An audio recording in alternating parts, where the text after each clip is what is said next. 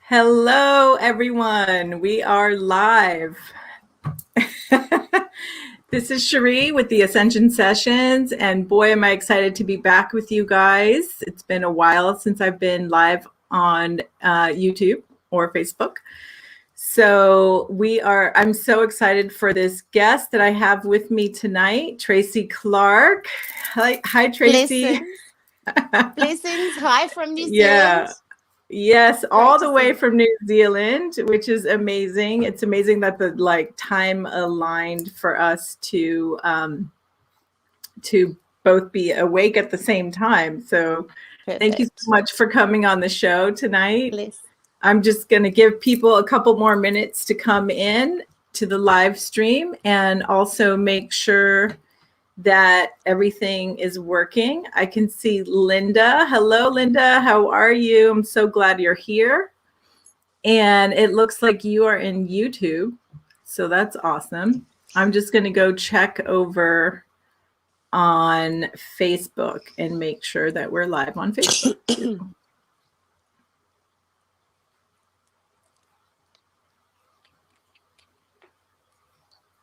Okay, it says we're live. Oh, there we are. I see us. Okay, it's working. We're all good. Awesome. So wonderful. Linda says hello to you, Tracey, as well. Hi, Linda. How are you? I'm not very good with my vision's not great, so I'm not going to see. That's okay. Don't worry. You just relax. I'm going to do all the reading for you. Fabulous. We're both good. So I'm so excited that Tracey's here. She is an amazing channeler and a starseed, and I'm just going to read her bio for everyone tonight so we can learn a little bit more about Tracey. She's an energy and Reiki healer from New Zealand, and she channels Pleiadians and ancient Sirians, angels. She works together with both the Pleiadians and the Sirian angels on a sovereign frequency as a Starseed Advisor. Her mission in life is to connect assigned starseeds to their angelic and galactic teams, lift them into knowing who they are and preparing them for telepathy. She also awakens humans to having more than one assigned Pleiadian Angel Watcher. And by doing so, this supports them by lifting them out of the frequency of fear. And for her, she says that lifting and shifting spiritually is easy because she keeps it simple. And she has a calling to start starseeds generating so that they can expand and lift, maintain, find purpose and ease on their journey. And she says when a genuine starseed is awakened to who they are, they become beacons of light and lift humanity.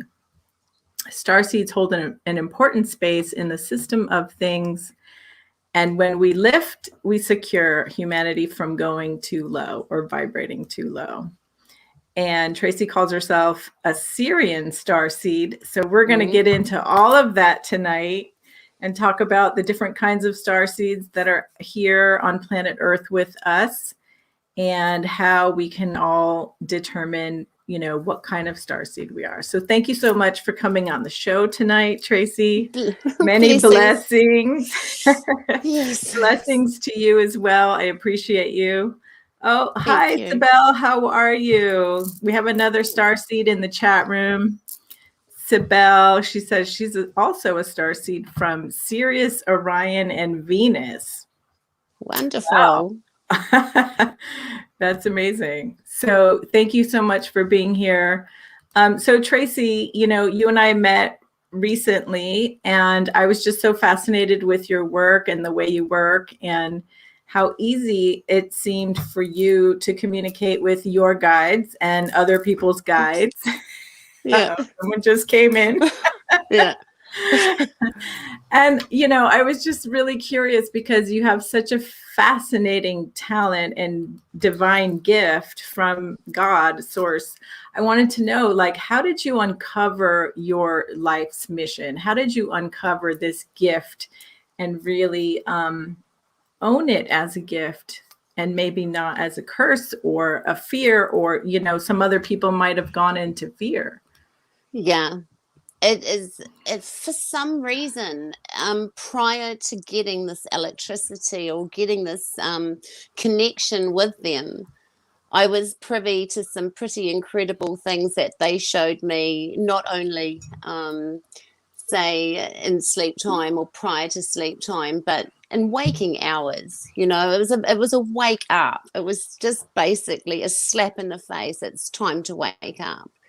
And after I'd seen a few things, I realized, okay, this is something a bit special.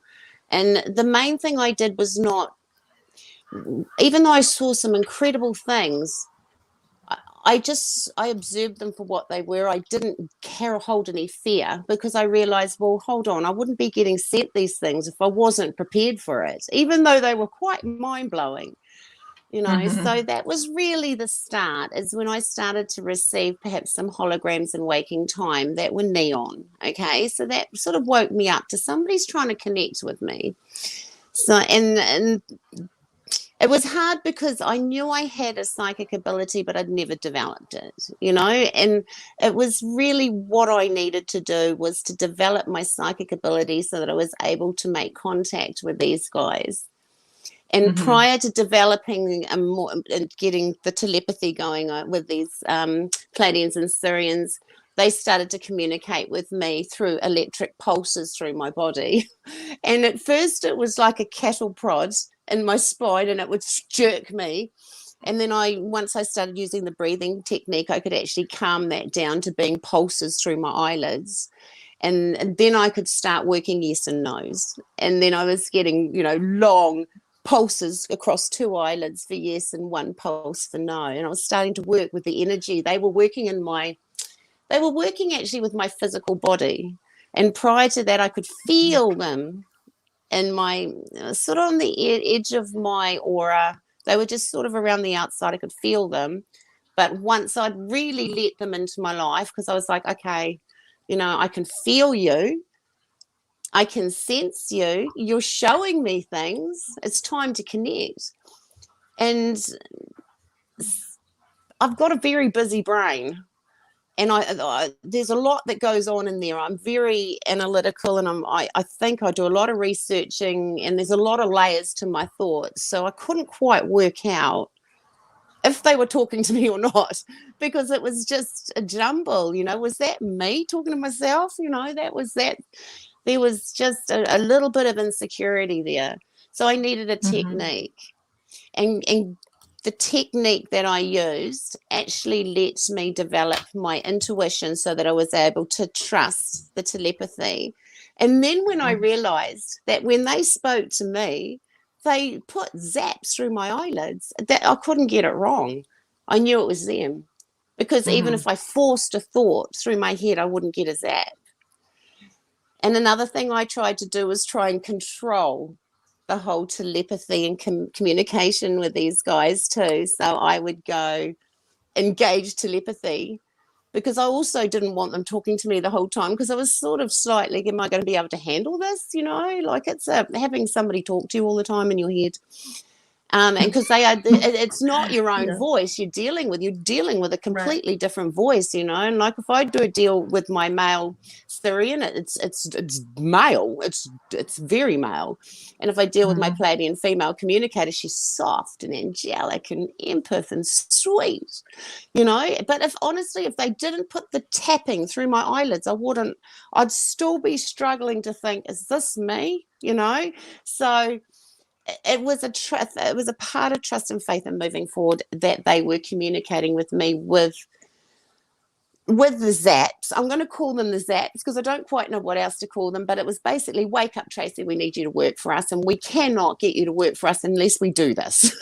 And that's what they did. And it was when I was actually studying with my teacher, and we were learning and we're working with to lift my intuition. It was every time he asked a question, and if my guides agreed, they'd zap me before I'm like, oh, well, they agree. And he's like, well, that's right. And I'm like, oh, God, you know, I've got to trust these guys. And it was just, you know, building that faith and building that trust. Yeah. And getting and lifting and getting into the right breath and mindset to actually breathe down, to get on that sovereign level and get out of this earthbound grid of, that's where I don't want to be. If I want to deal with anybody that's passed away, I'll 100% get my Pleiadian communicator to do the communicating. So I don't have to delve down and go into anything I don't want to go into, because I like to stay high, and so this is how I developed my relationship. It's all pretty much, what's going on here? This is serious. This isn't just, I had to really look at it, because I had a feeling something was coming. I had a feeling, because my whole life I've had this calling to find source, to have that connection. And I've asked for this, and and now I look back, I can see that they've actually stepped into my life more than once, but you don't realize. But once you've made that connection, you realize, they stepped in 15 years ago. They stepped in, I saw that was them, So, I've built the bond, and it took a bit of trust and faith. And now it's very strong.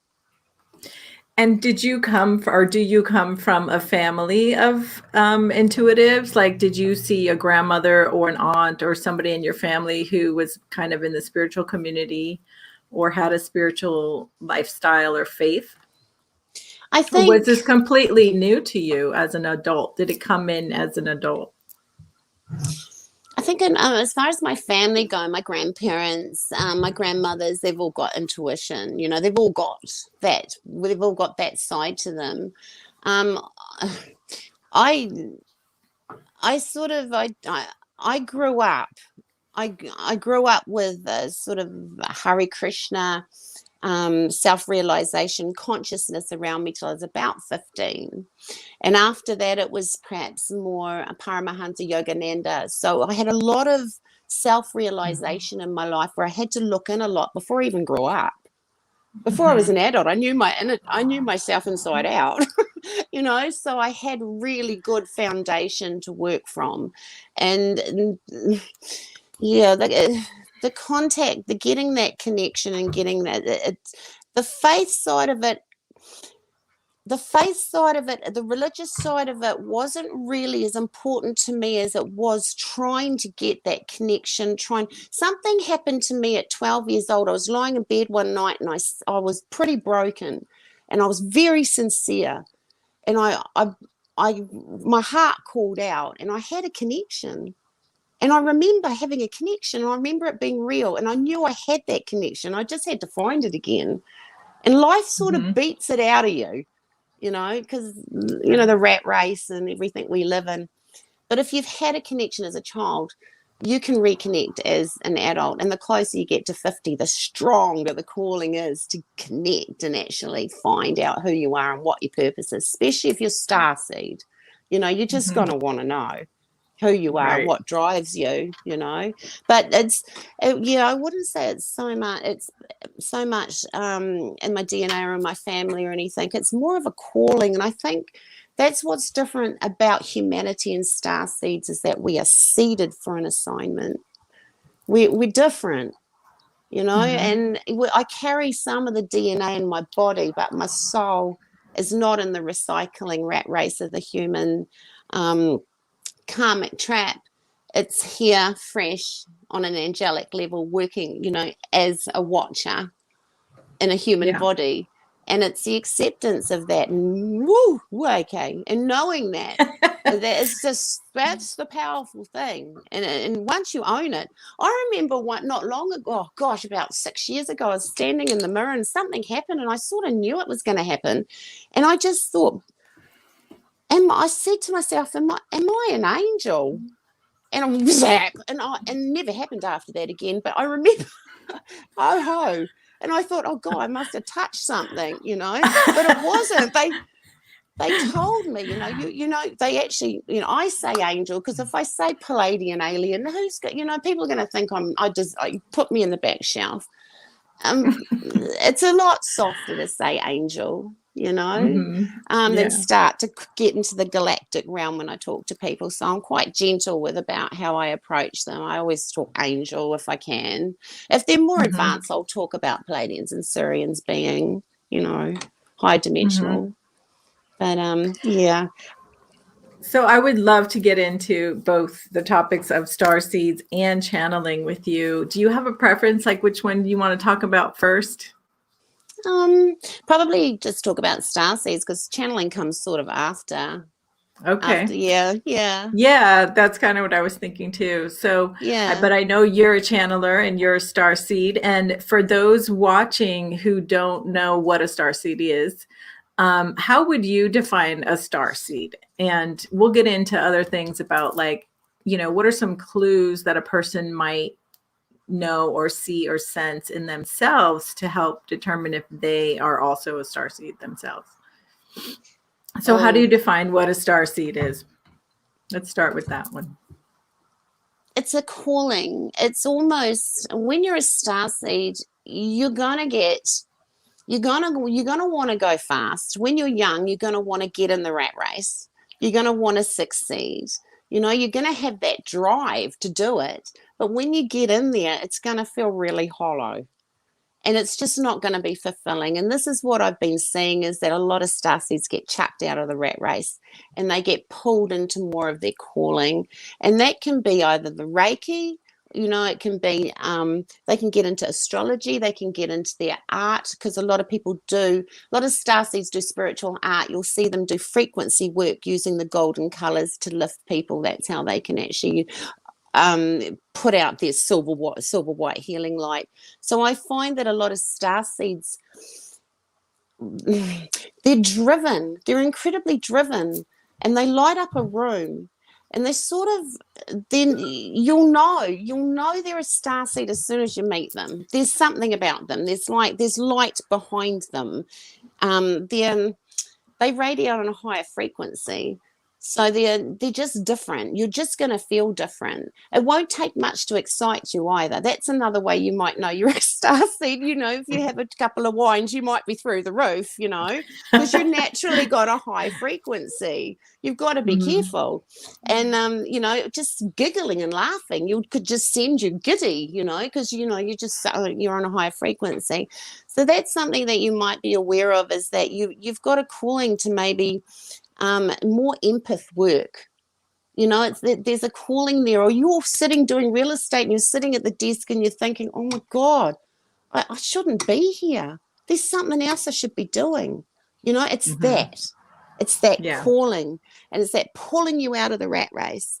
And every starseed eventually gets spat out of that human rat race. So we get pulled into this more divine work, and it happens. It's like, I've got pulled into doing the Reiki and pulled into doing, the readings now, the communicating and talking, connecting people with their Pleiadians and Sirians. I had no idea I was going to do that, not in a million years, but I've been pulled into it. And as soon as you start to live and start to speak your truth about who you are and what you really want to do, and know your power, you're just going to lift higher, and you don't feel like you need that security of the rat race anymore. You can actually relax into a stiller, calmer life. So that's something else that, I find starseeds that, they've had enough of the rat race. They're wanting to step into more of what their personal power is. They're starting to see, there's starseeds out there that they go to bed at night and they're receiving galactic codes in their eyelids, and they don't know what they're receiving. You're wondering what the heck's going on. That's for their astral work as well. So they may be aware of this, and they may be thinking they're different, and they may be going to work every day doing their real estate or doing everything and thinking, well, I'm doing this run-of-the-mill job, and meanwhile I'm getting all this galactic information coming through. Well, what's going on? Because this is what happens. It's not if, it's when. With starseeds, we wake up, and if we're genuine, we just wake up to the calling of wanting to do something with compassion that opens the door to heart expansion. and lift humanity. We just have to do it. We have to lift humanity. We have to in some way. Yeah. So that's what I look out for first. Because, I don't, if I was just to look at somebody with a beautiful beaming face, I might get it wrong. I have to ask my guides. They tell me, and after they tell me and I look a bit deeper, I go, okay, I get what you mean. So it's hard to find a starseed, and it's hard for just anybody just to find a starseed, but to know you're a starseed, it's a calling. You're going to feel it. It's going to be like little envelopes are opening up during your life, and you're having all these huge experiences, bigger experiences than your friends. That's another thing too. Starseeds don't just have run-of-the-mill lives. We have huge lives with huge experiences. And, that's the toolbox of life we have to work when we start to come into our personal power and find out what we are. That toolbox of all those personal experiences become power to us, mixed with our connection to Pleiadians and Sirians, and we become, generating powerful starseeds. That's what I want. I want all starseeds to lift and be on the highest frequency they can. And, it takes a bit of work. And it takes a bit of good self-talk as well. But that's what I look for in starseeds. If somebody comes up to me and goes, I want to go home, I'm Sirian, I want to go home, I don't belong here on Earth, I'm like, whoa, I don't know whether you're a starseed, because starseeds don't talk like that. We're here to lift and help humanity. I have not heard one genuine starseed say to me they want to go home, because they know they're assigned here. We're assigned.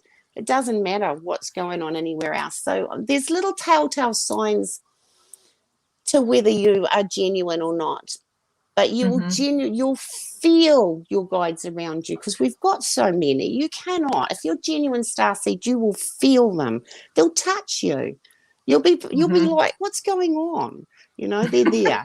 They're there. And then once you really do make contact, they're really there. You can't not know. Once you know it, you know it. Yeah, it's powerful. Yeah.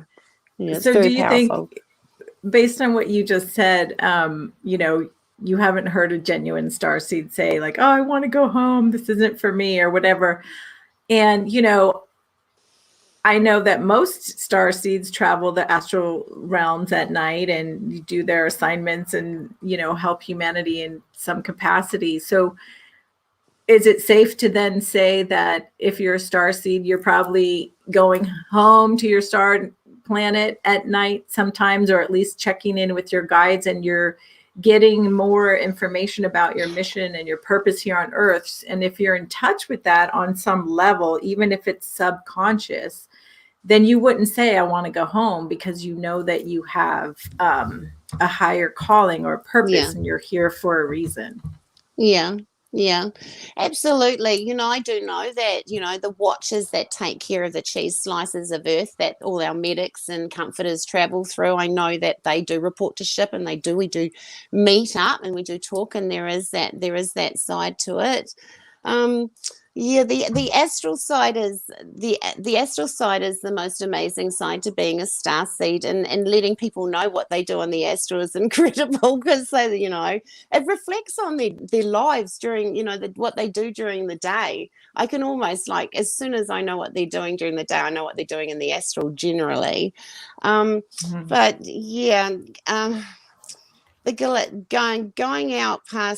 going out into the galactic, we can actually achieve that through meditation as well. Because when we go onto the astral at night, when we go to sleep, we've got a job to do. We've been given those astral codes, and we're on a job. Generally, we don't ticky tour around or do anything. We're off. We receive our codes and we're gone, because we're meant to sort of get there before a disaster if we can, because we get the heads up. And it's basically, we just got to get there. And if we can get there, it's great. If we can't, well, we just assist until somebody else, the medics arrive, or whatever, the Earth medics arrive. But it's a huge, it's a big world out there. The astral world is huge, and I love it. I love that we all have a job, and I love it. Separates us from humans, because human beings and us are the only we're the only I'm going to say entities on Earth that have generating heart spaces, you know, that really, really generate and work together. So we can actually vibrate really well with humanity. So we can lift them really well and talk about the astral. Some humans do fly the astral, but they don't have a job. Because I do know that, you know, I do know of humans that do have, that they're highly evolved, vibrate very high, that may have been doing some self-realization or done some healing, or maybe on one of their last lives. Perhaps, yeah, they can actually enter the astral and do some flying themselves. So yeah, when we're out doing all our work on the astral, we've got a few things flying around that and the things hold us up from getting where we need to be. But we've got people out there that help us get to where we need to be, and that's the main thing. But yeah, it's a big, exciting world being a starseed. It is. It's what but meditation is how you get to the galactic. If you're a starseed, do your breathing down, get into your galactic, and choose your path into your meditation, and go off and go onto ship and do what you need to do. You can do the same thing that way. But generally, when we go to sleep, we've got a job to do. Yeah. Yeah, it's not rest. No, we don't rest. No. The other night I was up till like 1 a.m. and I got this like beep in my ear, and I was like, okay, I'll go to bed. Yeah. It was like the message was like, go to bed because you're needed, you know? And I was like, okay. Oh, it was funny. They turn my tally off. They do weird things to me. You know, they'll literally shut it down for me. So really? yeah, it's time to go to bed. Yeah. Or I'll get that high pitched whizzing in my ear. You've got to go. You know, we need to talk to you. You've got to go. Yeah. It's once you know the signs, you know what's happening. It's amazing. Yeah. It was weird because like I always get ringing in my ears, but this time I got ringing with a message, and I was like, okay, that was a first for me. So that was really cool. Oh, yay. What? Yeah. Did they come in and just say, hi, how are you? How did they approach? No, it was just like a high frequency pitch. And I knew I had an inner knowing that it was like, go to sleep because we need you. Yeah. Yeah. And I was like, okay, I'm coming. Yeah. So I know, you know, most people who are familiar with starseeds have heard of Pleiadian starseeds that come from the Pleiades, the star system, the seven sisters. And many have also heard of Sirian starseeds, which comes from a star collection of stars near Sirius, the main star. And we know there's like Sirius B and different planets in that star system. Yeah. Do you believe that there are other star seeds on Earth from other star systems? And what other kind of star seeds might there be here on Earth sharing space? When I'm working with the Watchers, when I work with my Pleiadian Sirian guides, they just say Pleiadian Sirians. That's all that's on Earth right now. I know I've gone through all of them. I've talked about all these different types of star seeds. The thing that they say to me is that I have to look at it like if you grew up in a neighborhood, right? And you spent 10 years there, and then you moved and spent 50 years in another neighborhood. You know, are you going to claim that other neighborhood is the neighborhood that you've lived your whole life and you associate with, or the neighborhood that you spent 10 years in and you've never been back to? And what we have to realize is that the universe is a very different place. The galactic is a very different place than it was billions and billions and billions of years ago, you know, and like we all had different places that we lived that are no longer there anymore. They're no longer there. You know, they're destroyed in galactic wars. So we find new homes and we find ships. So a lot of us live on ships, and a lot of us live on, we can live on Sirius, or we live in the Pleiades. It depends what mission we're on at the time. But they tell me that the galactic got together, and the Pleiadians and Sirians, it's basically worked together, and they work together to help humanity, and they're assigned to Earth to do this. And they were asked to come down here to do this. We have been, you know, we've been invited down here to do this. So this is we hold a very, very important space on Earth. So, yeah, this is the main thing to remember. they only associate with Pleiadians and Sirians. I've asked about Arcturians. I've asked about, we're talking about these other Nordic Pleiadians. Oh gosh, I can't even remember his name. It's left me now. Ashtar Command. I talk to him about that, talk to my Pleiadian communicators about them. They just say, leave it alone. We work as Pleiadian and Sirians. We're a united force. We can't have hierarchy. You've got to imagine a sandpit with some really hostile players in it. These guys actually join together and work as a team now. So they've actually put down they've put everything down, and they work together as a team. So as far as I can gather, the Lyrans and everybody else that thinks whatever they are, they're all either Pleiadian or Sirian. They've joined either one side or the other. But, we can have roots, and we could have roots. Well, we're billions of years old, billions and billions of years old, So what they say to me is what's important now is the mission that is on now is that the Pleiadians and Sirians are working together to help humanity lift their frequency and to help starseeds actually find out who they are and how they can lift their frequency to help humanity. Because if we can lift our frequency more and more and more, it just improves everything in our life. Our health, our opportunities are better. We make contact with our galactic guides. It's just a much better way of living, just to have that contact and know that what we are, because as soon as we wake up to what we are, the power moves in. But starseeds need to know, like I'm dealing with people, I'm an Arcturian, I know I'm a Lyran, well, it's hard because, you might have been 750 billion years ago, but right now you're not. You're working with the Sirians and you're working with the Pleiadians. This is how it is. So I haven't found many Pleiadians on Earth, I'm going to be honest. Majority of the Pleiadians on Earth are very empath, and there's not many. I find very few. More Starseeds, Sirians, you mean? Yeah, more Pleiadian Starseeds. Yeah, Pleiadian Starseeds, very few. And there's a good reason why there's very few on Earth. It's because they're all our galactic angels. They're all our heavenly angels. These Pleiadian women are highly empath. Like, we need these Pleiadian women to be with us, to guide us, to have the empathy. They can't judge us. So we need these women. They're very, very soft, and most of us have got 3. So, Sirian women are a bit different. We're a bit more gutsy, a bit more, wear the ball dress at night and jump on a motorbike during the day if we want to. Pleiadians will be a little bit more reserved. They might take a step back and go, I'll wear the ball dress, but I may not get on that bike. Or, they're just that, I'll go to the party, but I won't take the shots. I'll do, they're a little bit more reserved. So the ones that are on Earth, the Pleiadians that are on Earth right now are generally life coaches, or they're into helping people,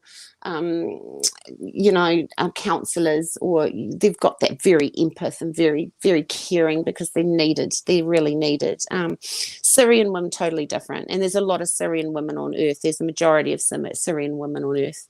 And they're slightly, they're empath still, but they're a little bit more get going. They've got a lot more oomph behind them. They're slightly different. And we are here to push humanity and push starseeds, these Sirians. We're here. We've got that motivational force where the Pleiadians are good where they are in that galactic heavenly way, where they're the empaths, the soft ones, the ones that will sit up there and go, everything's all right. I can see what you're doing, but, just calm it down a little bit, because they'll be trying to calm us down a little bit.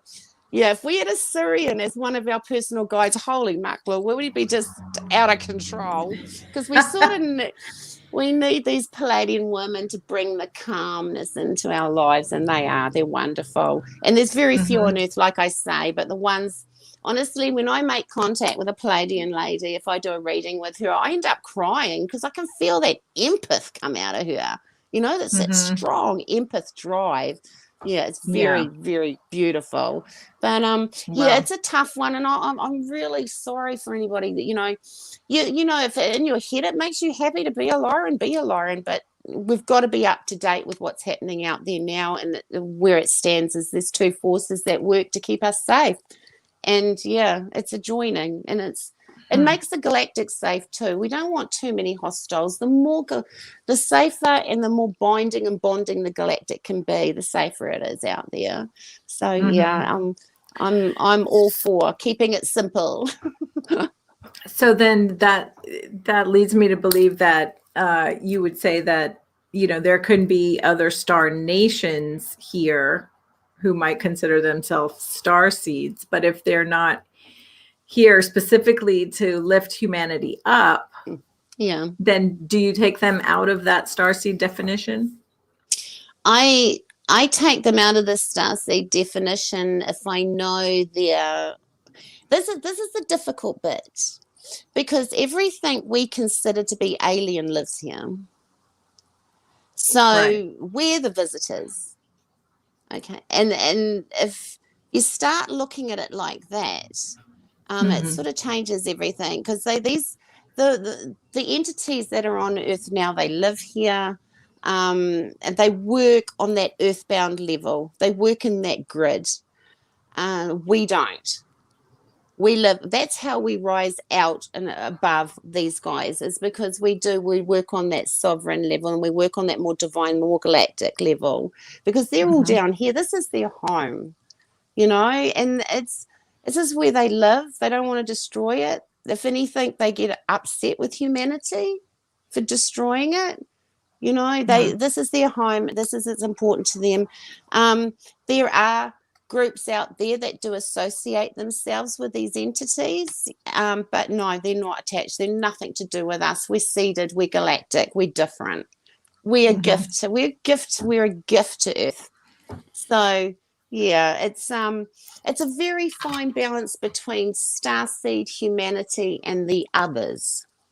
And the others are here to sort of hold us back a little bit, and just to keep us in check so that we don't lift too high.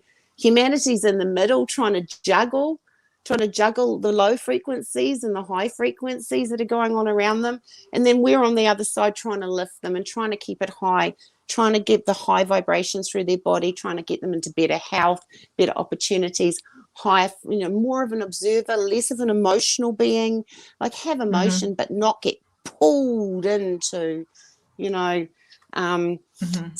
fear of some of the rat race emotions that are out there. Do I pay the mortgage? Can I pay the mortgage? Is there, all this fear that goes on about being in the rat race.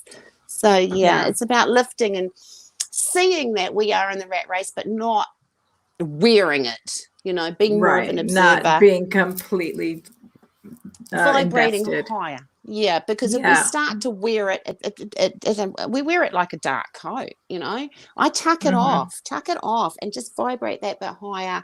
And you still have to function in the rat race, but you're not wearing it. So you're just lifting, you're basically running across the top of the water and struggling to get through it. It makes the journey a lot easier when your head is in the right space. And you're lifted and you're up and you know who you are, and your self-talk's good. You've got to talk to yourself well. That's a good one too. especially starseeds. Yes. So who are the watchers? You referred to the watchers earlier. Who are they? The watchers are us.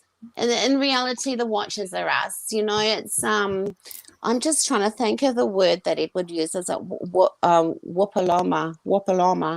That's the Pleiadian word for watcher, a Wapalama, and they come to Earth, and they basically look over humanity. So watch is a big word, because under the word watcher we've got Earth security, we've got medics, we've got comforters. There's just all these different little roles that go under that watcher. But when I think watcher, and I have found a few that have been specifically watchers are exactly that. They look for dark spots, okay? And they're looking for dark spots, and they're looking for dark areas, and they're making the different parts, the teams in the astral world aware of it so they can be infiltrated, because the astral teams do a lot of work infiltrating different types of dark clusters. So really watchers are here for humanity and starseeds as well. So it's also, it's like security. It's almost a security for us, having, somebody just going up and down the street, just making sure nobody's hanging around our back doors. That's what our watchers do. They just keep an eye out.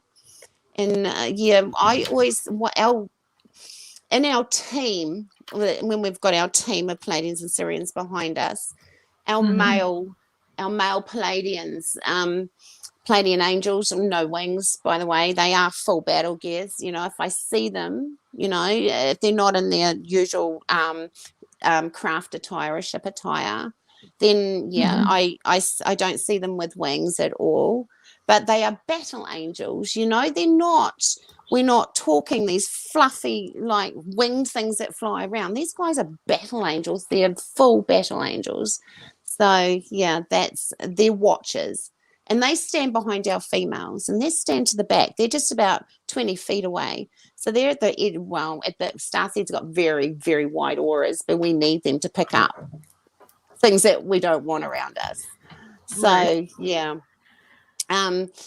they stand right back there. So they're like our watchers, our personal watchers. So they watch all the time. They're the ones that tug on our solar plex to let us know something's not right. They play with our aura field. They have, So So that's really interesting, because I did a thing the other night, and at the end of it, I got this huge knot in my solar plexus. Oh, and I was like, what is going on? And I was trying to tap in and figure out what that was about. And I haven't had time to really sit down and meditate on it. But when you said that, it just reminded me of that incident.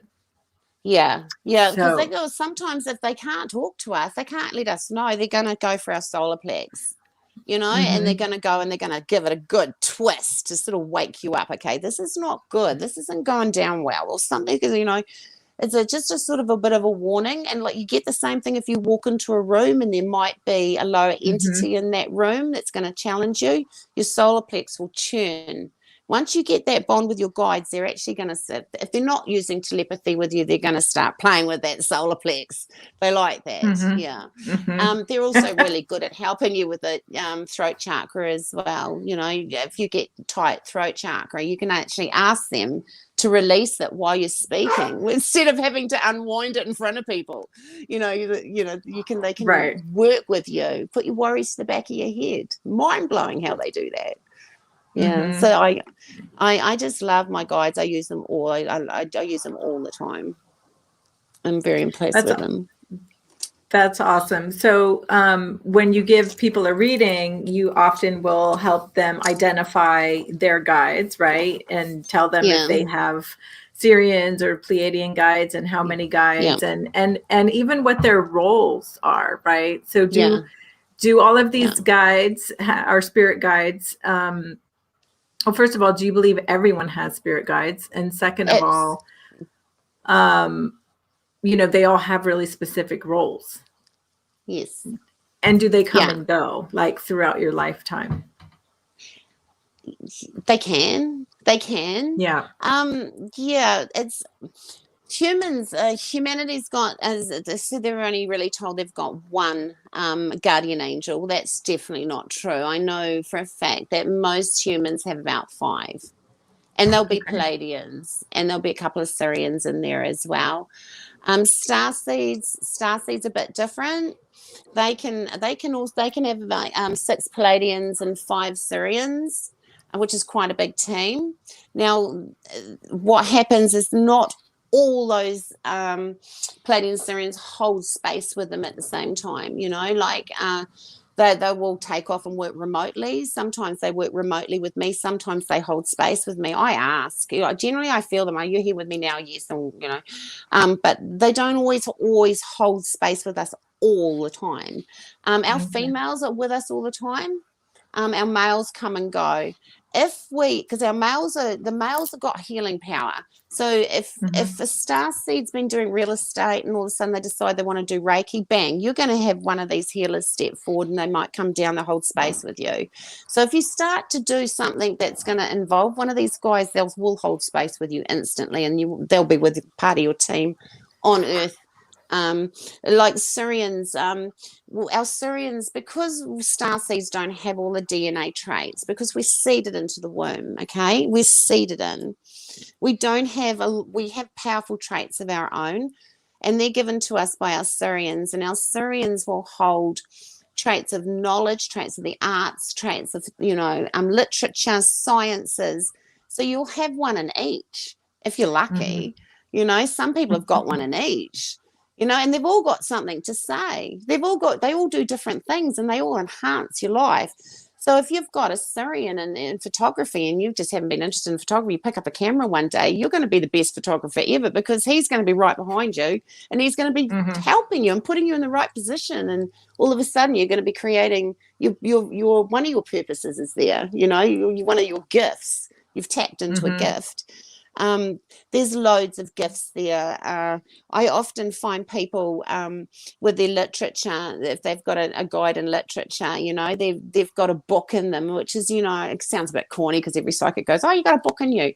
But if you've got a Sirian in literature, you're gonna there's a book in you, and there's in music, it's amazing. Like they'll just say straight off, she loves the drums, she likes stringed instruments. I put music in her head. I put lyrics of songs in her head. This is what they say to me. And I want her to dance. I'll get her dancing. I want her to go to Spain.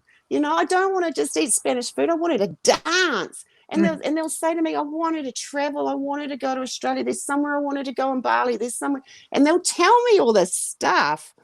And it's amazing. It's quite, and I sit there and I'm doing the reading to somebody, and I just know these guys are just amping for this person to get on a plane and travel, and and I say to them, have you ever wanted to go to Australia? And they're going, I've always wanted to go to Australia. And I'm like, yeah, well, so does your guide wants to go to Australia too. So they sort of push us and motivate us, if we even get a sense of wanting to do something, and it's part of our purpose, and one of our guides has got that as part of our traits, bang, we're in, and we're good at it, and we're really good at it. It's like, I've noticed if you have an inkling to do something, all of a sudden that thing keeps coming into your awareness, and it's like invitation, and it wants you to see it and pay attention. So that's really cool. Yeah, and so they want us to lift, and as soon as we start to take an interest in something that they have knowledge of, they step forward, and we'll feel them. It empowers us. It's almost like, oh gosh, okay, I'll do this. I didn't think I could, but I can now. I don't know why I can do it now. I couldn't do it yesterday, but I can do it. They just step forward and they just give us that power. And and this is what's so important to me, is I want to get everybody connected with their guides, because they can call on them. It's like today, I'm hopeless at this sort of stuff. So I'm on to my guide. I'm like, come on, back me up here today, because I ramble on a lot, and you've got to keep me on track. They're there. They do help us, and they make us take a bit of a breath, and they make us think, and they make us observe, and then they make us just expand with the knowledge of what we've just learned, and then bang, we're off. Because once we know what we are, who we are, what our gifts are, and what they hold, and where we can go with them, it's an expansion.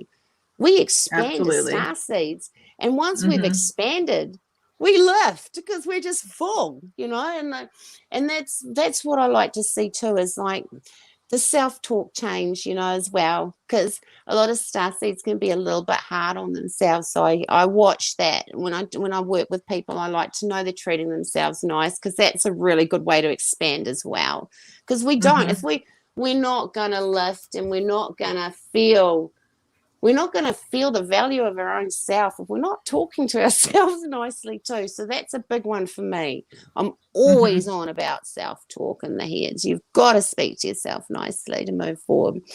And these guides, our Pleiadian Sirian guides, they're not going to have telepathy with somebody that doesn't talk to themselves nicely, because, you know, it's dangerous. You know, they need to know that you're going to speak your truth and you're not going to get bamboozled and you're not going to put more muddle in the fuddle. You're going to see it for what it is.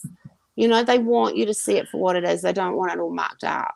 So, yeah, they're going to wait until you're in the right headspace before they really start working for you. They want you to be just the highest frequency you can with the best attitude about yourself and getting up every day being the best possible version of yourself, because that helps keep your frequency up.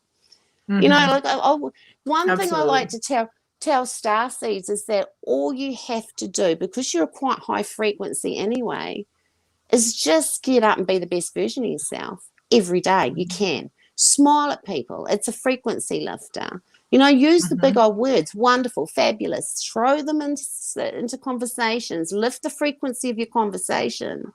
You know, I'm always trying to get people lots of joy, lots of comedy. You know, people not having enough comedy. We need comedy because laughter lifts our frequency. And like the 2 glasses of wine, we don't need much laughter and we can be like silly chocks laughing, you know, start giggling. So, yeah, keeping that frequency high so that we can be the best performing Starseeds we can is important too.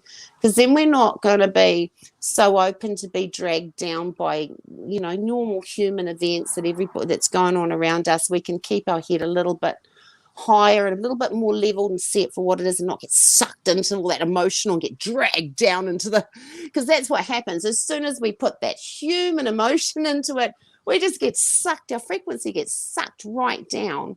But if we can sort of stand back and see it for what it's worth and, you know, not carry all that emotion, then wow, our frequency stays high. We can manage to stay high. We still got to be feeling though. We still got to have feelings.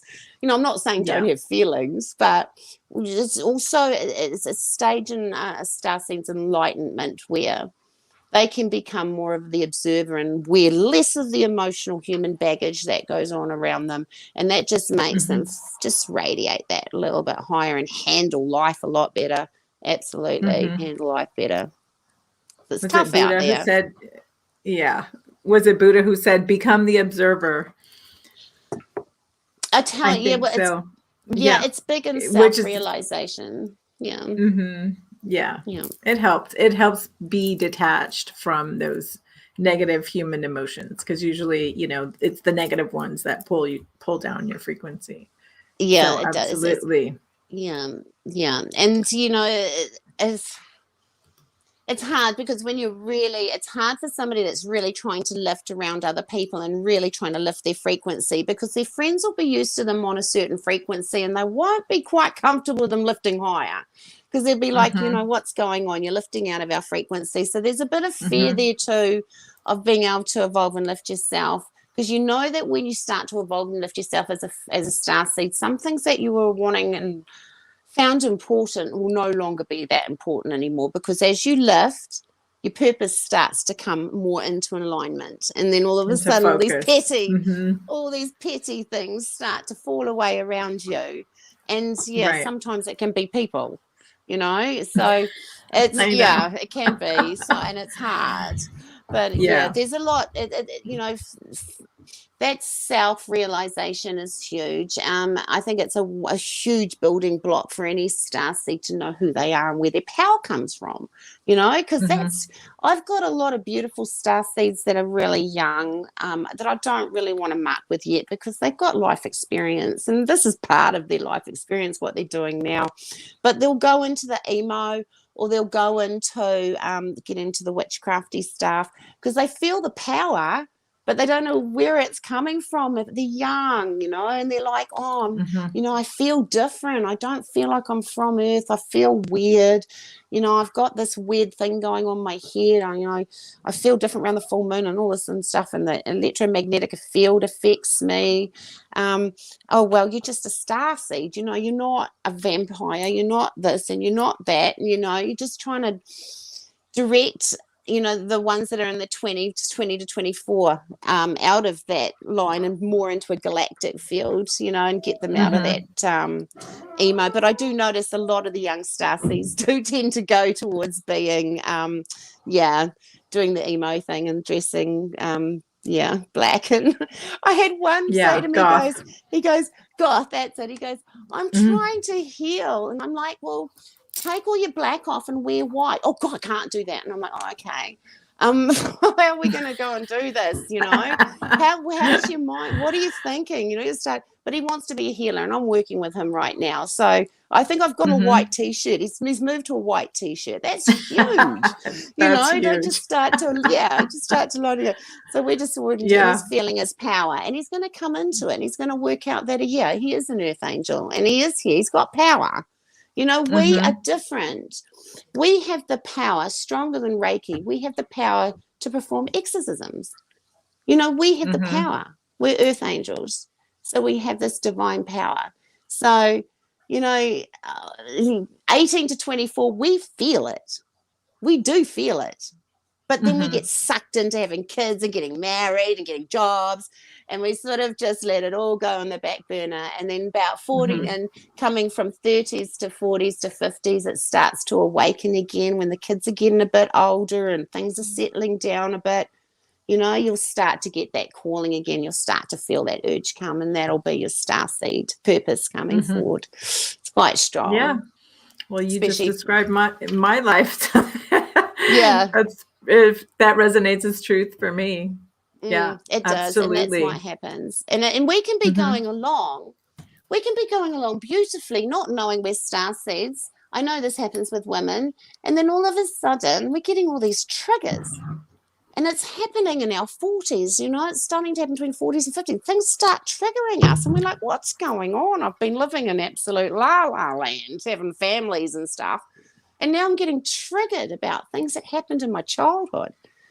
Well, if you're starseed, your guides are going to push them in front of you. They're going to trigger you so you can heal it, so then you can carry on with your purpose, because you will lift into a purpose that is starseed. You will. It just happens to everybody. We just get pulled into it. But they do tend to push things that are maybe have fear or anxiety behind it, something that might have fear or anxiety behind it. They push to the front, and you think, why am I having to deal with this? I've got myself together now, But then they want you to sort it out. So they bring it up, and they bring it up, and you address it. You may do some healing. Then we lift again. And it could be, a lot of starseeds saying to me, I can't lift. And I'm like, you sure there's nothing left behind? There's nothing you've left behind. You haven't left a bit of you behind at 10, 12. Is there anywhere that you could be feeling hollow? Is there something left behind? We do find it, And I ask my guides, I'll go to them, what age did she leave herself behind, And they'll say, 7, she left herself. And I'll go look at 7. You go back, you have a look at that and come back and talk to me, and then we'll speak for an hour. And she'll be like, oh my God. And then we can start to heal it, and I'll send it, I work with somebody who's a fabulous healer too. So he often does all the soothing of that sort of emotional side. But it's important. It's really important to not turn your back on your triggers when you're a starseed. Because if they're coming forward for us, they're coming forward for a reason. They're not, we have to address it, because things don't come out of nowhere for us. It's all pre-planned, it's all pre-journey, it's all pre-assigned, it's all pre-written. So if something pops up, look at it and address it, because you're going to feel amazing after you have. There'll be a bit of realizations through it where you might have to do a little bit of nurturing of your soul and of your sacred self. But the other side of that, it's worth it, because, it's growth. You're lifting. It's expanding. You're lifting. You start to expand, because everything that holds a trigger holds fear and anxiety. And that is a lot of clutter up here. And we have to remember that swims around up here when we should be having light, good thoughts, So if we can start to empty that out, start to replace it with better things, it instantly is a shift. There's instantly a shift. So yeah, I'm all for healing, and I don't really think starseeds can really move forward and shift until they have to look at stuff. And honestly, these guys, the guides, they step up and they step forward, and they are like, she's working on herself, she's getting real, she's getting raw, we can work with her now, we can start to, you know, help her with her lift and shift and start to look to communicate. And first of all, we get that sensation come over us, we'll feel the sweep of energy, you know. So then that's it, that's getting them interested in us, is getting ourselves, taking that step forward and making that little tiny shift. Could be giving up smoking, could be dropping the F-bomb, it could be dropping you know, just a bad attitude when you get up in the morning, you know. It could be just drop a little thing you might just change. That's a change in frequency. Instantly we lift instantly, and people don't give themselves enough credit for little tiny changes they make, because it makes a huge difference to our vibration, you know, just changing the way we think and feel about ourselves and how we view other people, you know. If we can, that makes a lot of sense. If we can sit back and observe people more and judge people less, we're going to be better people, you know. It's all, they will encourage us. These Pleiadian Sirian guides always encourage us to go into everything with an open mind and not be judgments. They don't want us judging anything. They want us observing everything, growing, getting strength to help others, lifting that toolbox and getting it fat and full so that we can get out there and make difference in humanity's life, because that's why we're here. We're here to help lift the humans. And we need to do that with our experience, and to let them know that they've got these extra guides they have no idea that they have. Once they find out, that's it. Their life changes. But they have to ask, because we've got that free will. We've got to break through the free will. And that's sort of like the trap we're in, that Earth is sort of put in front of us, is that humanity has to ask about what are angels, what are Pleiadians and Sirians, and actually have a craving for it themselves before they can absorb it, and then we can lift them. So we've got a mission ahead of us. It's not easy.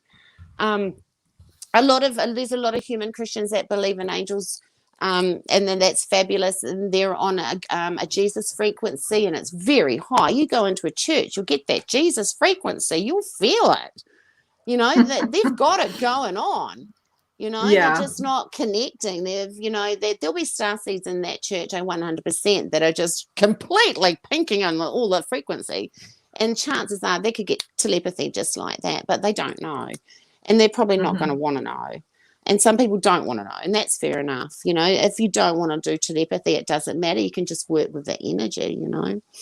But the only way we can really evolve as starseeds now is really do telepathy.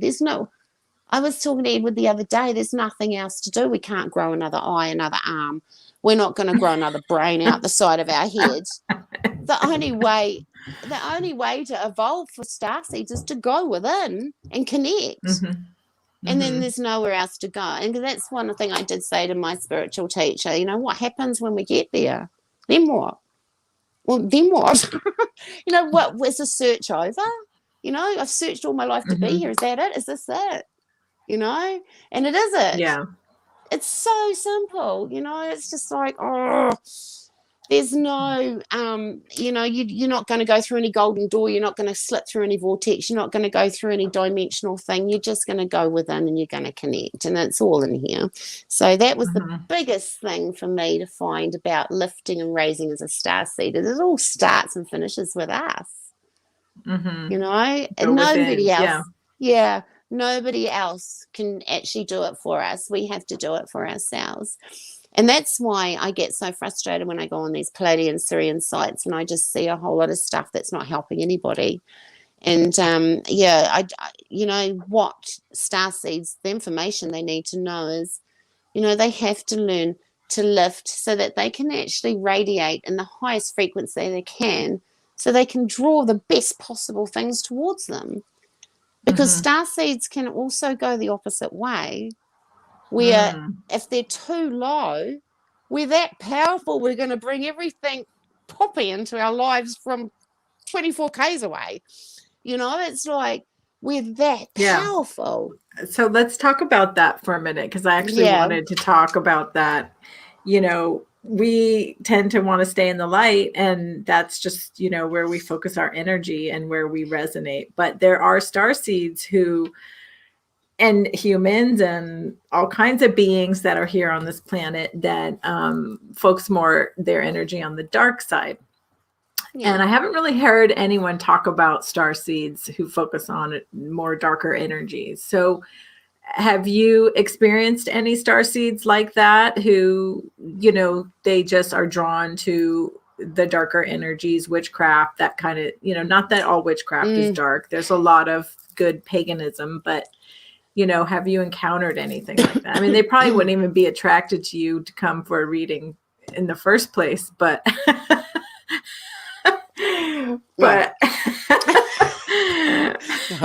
I love, honestly, I don't mind, you know, like I'm not. Because there's, for example, I'll just say the R word, okay? There are reptilians out there who say they're starseeds, you know, and maybe they are in some way, but they're not the same kind of starseeds you're talking about. So can you talk about, you know, like those that are kind of like imposters, or you know, I can, using their power in the wrong way? Yes, I can. And it's a very, there's a fine line, and we do have reptilians on this planet, and they do vibrate at a slower vibration than starseeds do. So you often find them in quite like a lot of hypnotherapy, where they can do a lot of control. I've known massive crowd speaking. I found them mainly in there. They have they're quite charismatic, so they do a lot of stage stuff. I try not to get hung up on the whole reptilian thing, because all I see them as annoying. Because what they do is they come into our life and they basically pull the rug out from under us. So they come in and they eat away at our securities. They make us insecure. They make us get anxiety. They make us start to feel less about ourselves. And all of a sudden, we're half the person that we were 3 months ago. So that's how you know if they've stepped into your world. Okay, it's a really good indicator. They're not going to build you up. They're also quite They radiate, because only humans and starseeds radiate from the heart space. When we get these other entities, they're all mental. So when they don't have, I like to say they're all icing and no cake, you know? So when it comes down to the guts of a relationship or anything with these people, they're hollow. So they come in all pomp and ceremony, but when it comes down to the nitty-gritty, there's just nothing underneath it. And that's what they do. They can come in and they can sweep us away, and then all of a sudden just dump us. Or they can like lead us into misadventure with our money. Or they can come in and they can lead us in misadventure with our love. You know, but generally those sounds like a narcissist. Yeah, and you've kind of defined narcissists. Yeah, and you'll probably find 90% will be reptilian or hybrids of some sort, because they don't radiate from the heart space. They have hearts, but they're very mental, and you know what? They'll almost have to select an emotion and really just roll with it like they're acting. And you'll often get somebody in the room and you'll go, oh God, they're so fake. Because they just don't even know how to be real, you know? And then if they're not real, they can be a little bit, like you say, narcissistic, where they'll, you know, you can be having a fabulous day and they'll just, not like, you know, you can get humans and starseeds that are having a bad day and come in and they can be, but they won't knock you. They're not going to drag you down, you know? They're not going to go and, you know, kick a kitten in the head. You know, there's starseeds are different. We're just different. We don't have that in us. to do that. You know, I could never, it doesn't matter what I thought about somebody. I could never stand in front of them and tear them to pieces with everything I thought of them. I just couldn't. And even though it's in me to do that, I just wouldn't want them to hurt. Even if I just was so wild with them, I just wouldn't want to hurt them that much. I just wouldn't want to take them down that much. There's something about a starseed that will, you know, if they're angry, they'll get angry, but they're not going to go in and they're not going to destroy somebody's soul. They're different. We're different. You know, you get that reptilian vibe come in, they're going to go the duck's guts. They're going to take you down to the bone. They're going to pick the flesh off and they're going to walk out. And they might ring back a week later and go, they'll ring back a week later and go, how you going? With roses. Yeah, how you going? Yeah. Did you have a good week? Is there anything left of you? You know, I'm coming back for a bit more. You know, these people aren't silly because they thrive off our energy. You know, they know that we're high. And it's almost, you know, it almost gives them pleasure to see us drop.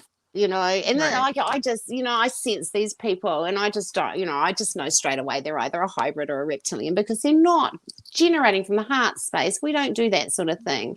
Starseeds and even humans, even humanity has got the compassion, you know, they've got that built-in compassion to be more compassionate than those lower entities. You know, humans are a precious gift to this earth and they do radiate like us, and I don't ever look at a human as being any less than a starseed. I look at them as being equal. I just look at us being there, to being ones that can help them and actually let them lift and be what they want to be. I don't ever want anybody to think, oh, I'm just a human. That's not true. You know, humans are very important, very, very highly important to keeping the vibration of this planet up also and keeping it out of that lower. So these lower entities don't have as much power over us because when we're highly enlightened as starseeds and we become more of an observer, these lower reptilian energies, they just don't affect us as much because we can see them and we can see that what they do with emotions and we're onto it. We just know. So we just observe them. We don't own anything. And that's where it's quite important for starseeds as soon as they can to sort of realize what they are, start to lift and start to, you know, because that does, it's a bubble of protection around us, really. Once we have that protection up, it protects us from those lower entities as well. And there are a few and they're different types. Do starseeds attract lower density entities because it's like a moth to the flame, you know, like they just attracted to the light? Yeah. But do you find that you have to like clear your field all the time, or do you feel like your guides just kind of take care of it? They're just like, these guys take care of that. It's like Pleiadians and Sirians in the house, you know. I know, I just let them. I know, you know, there's no ghosts in a house like that. Once they move in, they move everything low out. You know, there's just no room for that lower energy to be. Once you've lifted the frequency of your home and let these guys actually do it, you don't get ghosts in. There's nothing, you won't get anything low come to your home. It's a protection. Like when I got the Metatron's cube beamed into the house, well, that's what I thought it was, Metatron's cube, but Pleiadians are going, it's like a Pleiadian protection. And it just went around, you know, it just went around the edges. That functions, I believe, in every starseed's home. And you may catch it 45 degrees out of your eye and it will look like a prism of light, but you won't maybe see the triangles and the square and everything oscillating. But it is, so there is protection. I always engage. I've got my guides engaged all the time. And you know, if I'm a bit blasé about it, I'll go, shields up, maidens, you know. I try and be, you know, because I'm pretty laid back, you know. I'm pretty laid back Kiwi, you know. They've come to me. They know how I roll. They know how I work.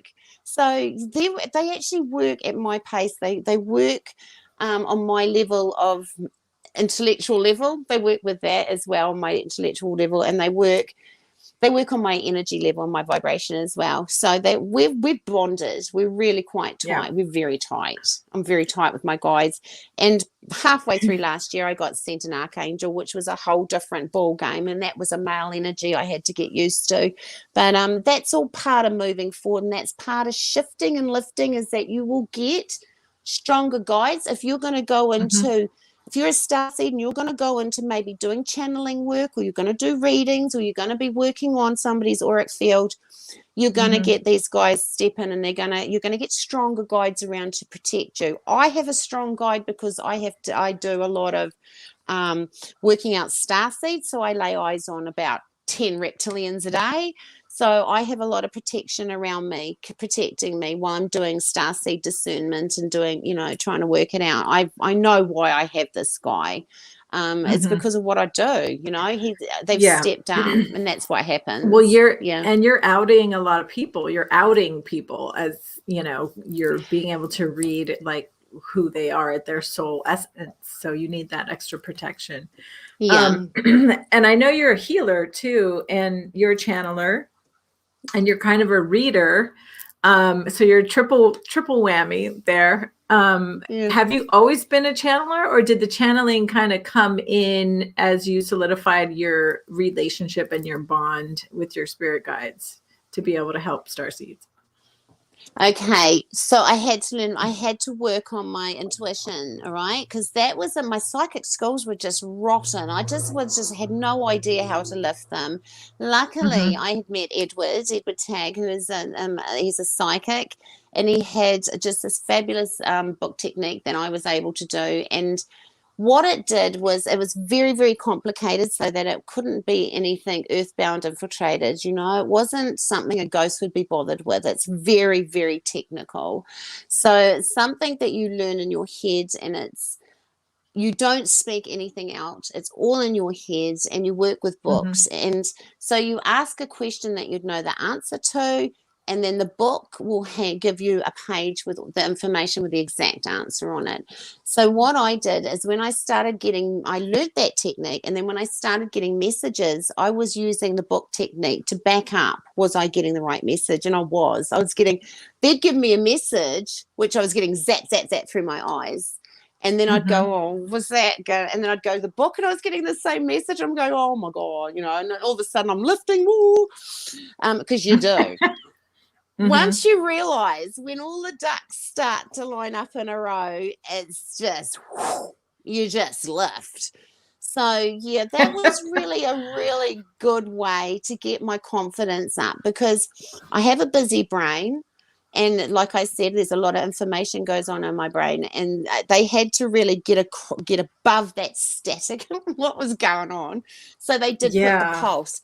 Every time they speak to me, they put a pulse through my eyelids. So I can't get it wrong now. Because I was saying to me, how am I going to do this? I can't, I was literally, this is just not going to work. you're going to have to zap me or something. Bang, zap. All right. And it never went away.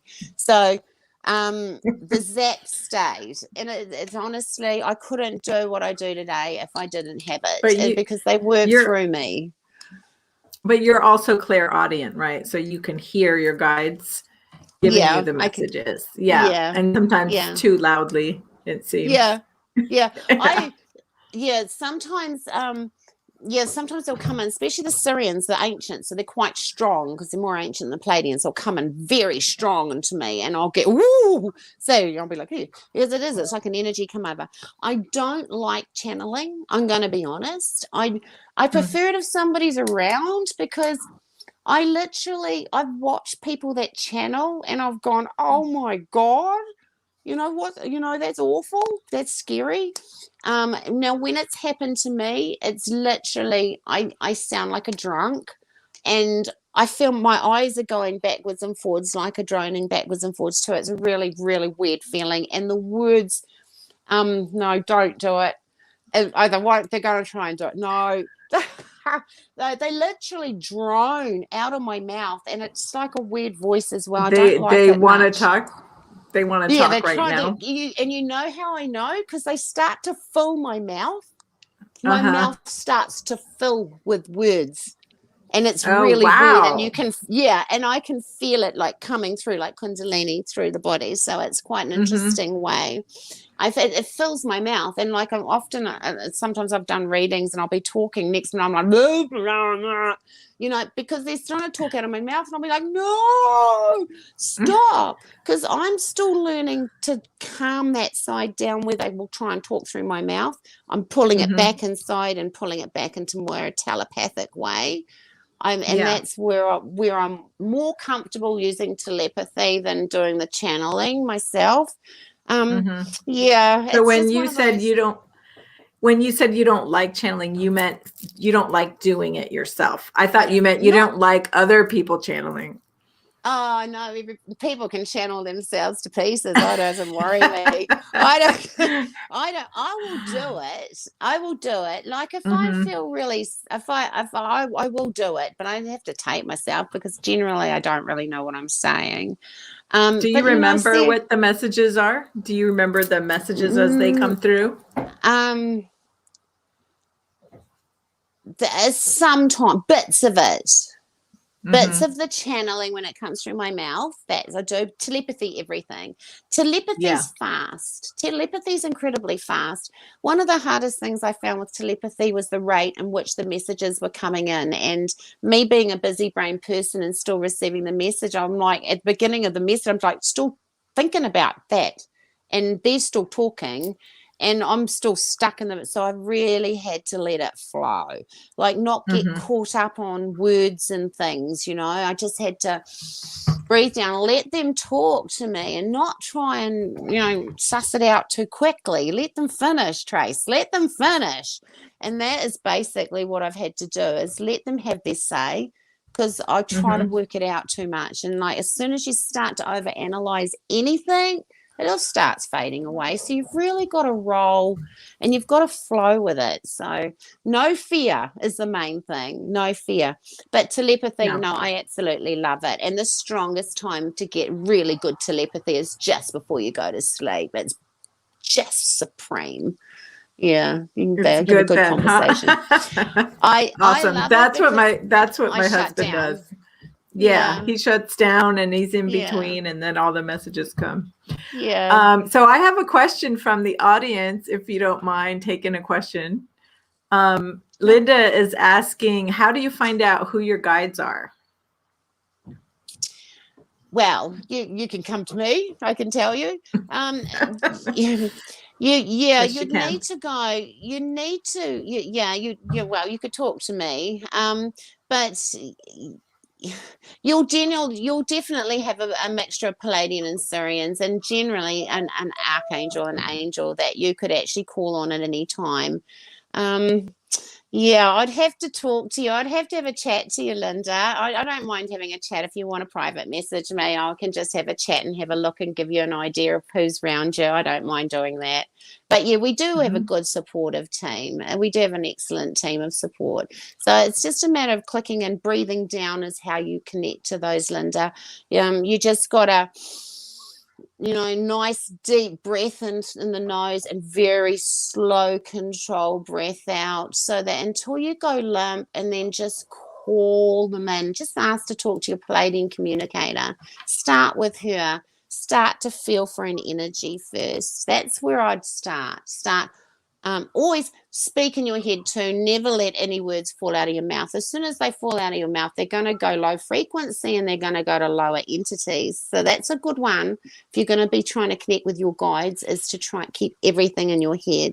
Do your breathing down, because breathing down's lifting, which is the opposite. So breathing down's lifting. You might need 4 or 5. Just breathe down. Let them sweep over you. And and just message me, and we can have a chat about it, and we'll see how many guides you've got. Not a problem, but it is hard. It's hard to know, really. It is hard to know.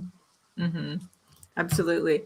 So can we talk about channeling a little bit more before we start to wrap up? Awesome. Sure. So how like, what are your thoughts on some of the more famous channelers out there? Like, because there's Barbara Marciniak, who's a Pleiadian channeler. There's Cryon.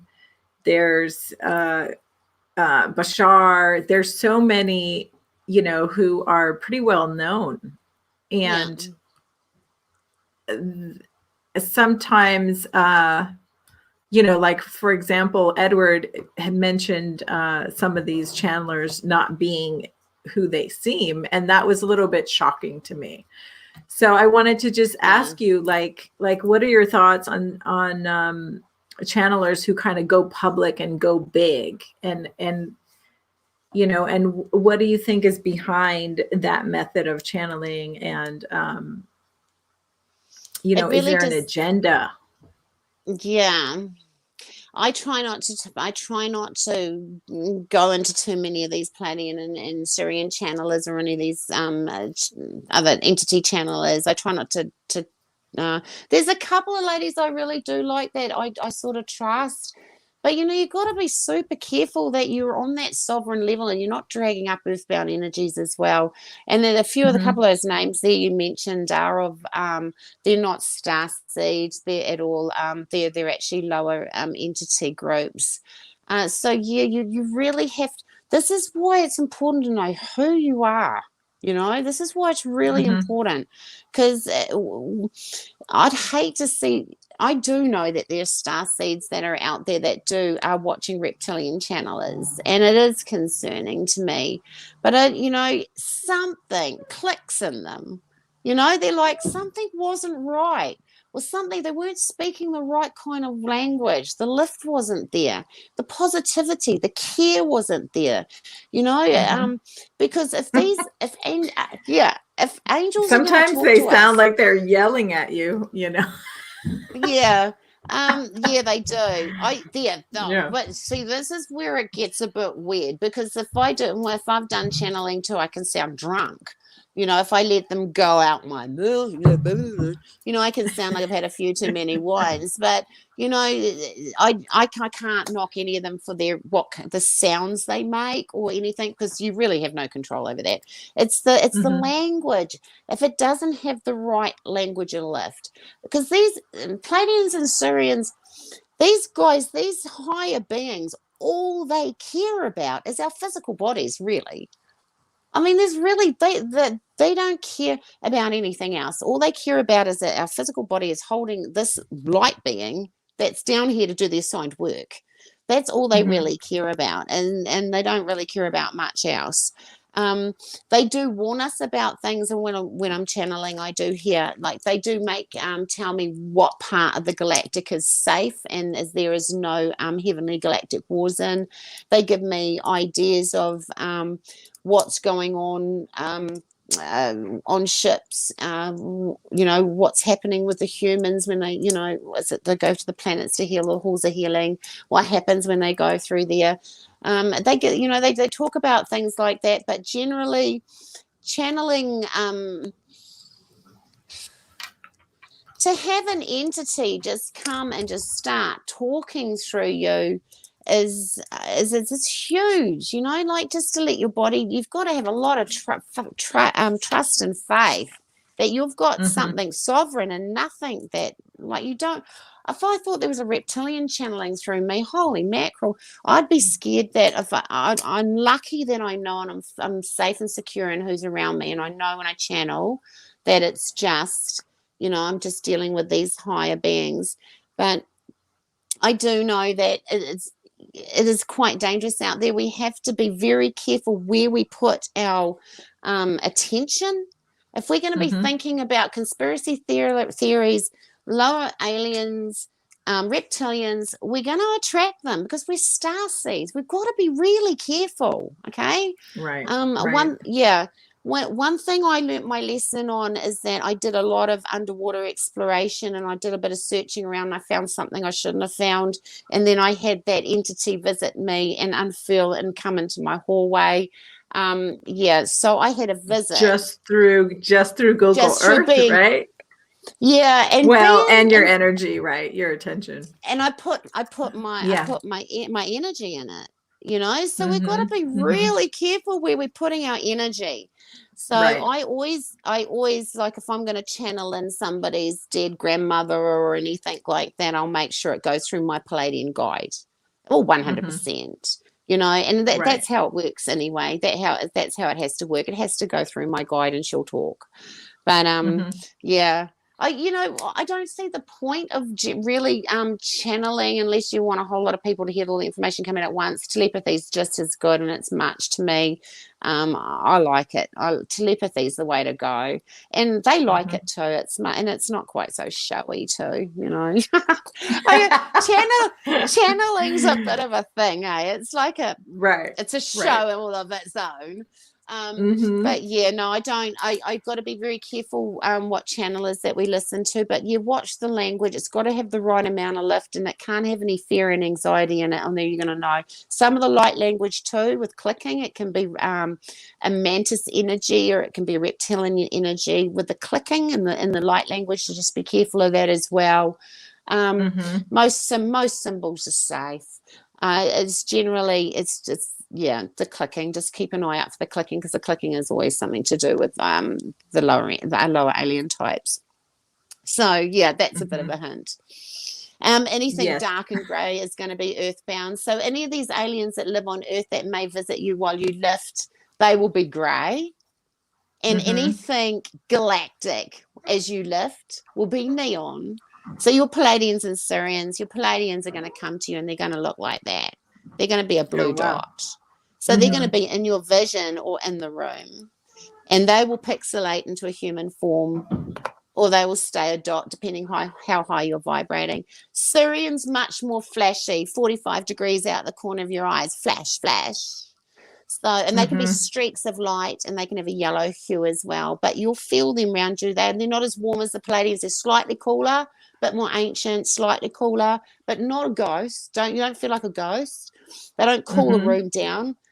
One thing about angel guides, they're all specific to our aura. They don't go chilling rooms down. They're not like a ghost. So that's how a good way to know that you're dealing with angel. They'll just put a feeling over you. They won't chill the vicinity down.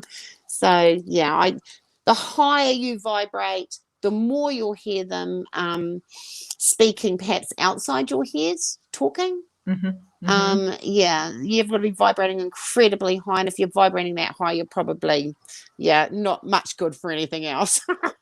Because honestly, there's this point where we go where if we tip over, if we get highly enlightened, we're basically observers, and we're really not much good for anything. We just become observers like little yogis on mats. And so we still have to remain functionable and get out there and do our purpose and have drive, still be a bit of an observer, not take on too much emotion, and pull on our guides for that support, work on our telepathy, because like I say, it's the only way we can really evolve. And they do like to work with people that have humility. They like to work with people that have integrity, and they like to work with people that speak the truth. They're not going to work with anybody that's not going to repeat the right and what they're saying. They're just not. They just stop. They even correct, like they even work with Edward and I. They'll just say stop and say it how it is, or that we don't want you to say that. So they work with us. They correct you. It's quite they will. They will definitely correct me. And they laugh. Pleiadians have got a sense of humor. So I'll always know if somebody's generally working with their Pleiadians and doing telepathy, because they'll know these guys have got a sense of humor. These guys laugh. They laugh. I couldn't believe it. Yeah. Like they're Esther just Hicks. like us. They're like us. And they do. They laugh. And I can't believe. Yeah, I must watch Esther Hicks. I haven't looked at most of some of her stuff, but I will. I'll have a look. I'm trying not to look at other people's stuff. I try really hard. I try to keep my experience pure to my own experience. Because once we start looking at other people's material and work, we start to judge ourselves. Oh my God, that's not happening to me. Oh my God, this is happening to me, but it's not happening to you. I don't want that. I'm just gonna, I'm going out, just being me. I'm basically, my guide said, stop reading, stop viewing things on YouTube, work with us, and that's it. Stop.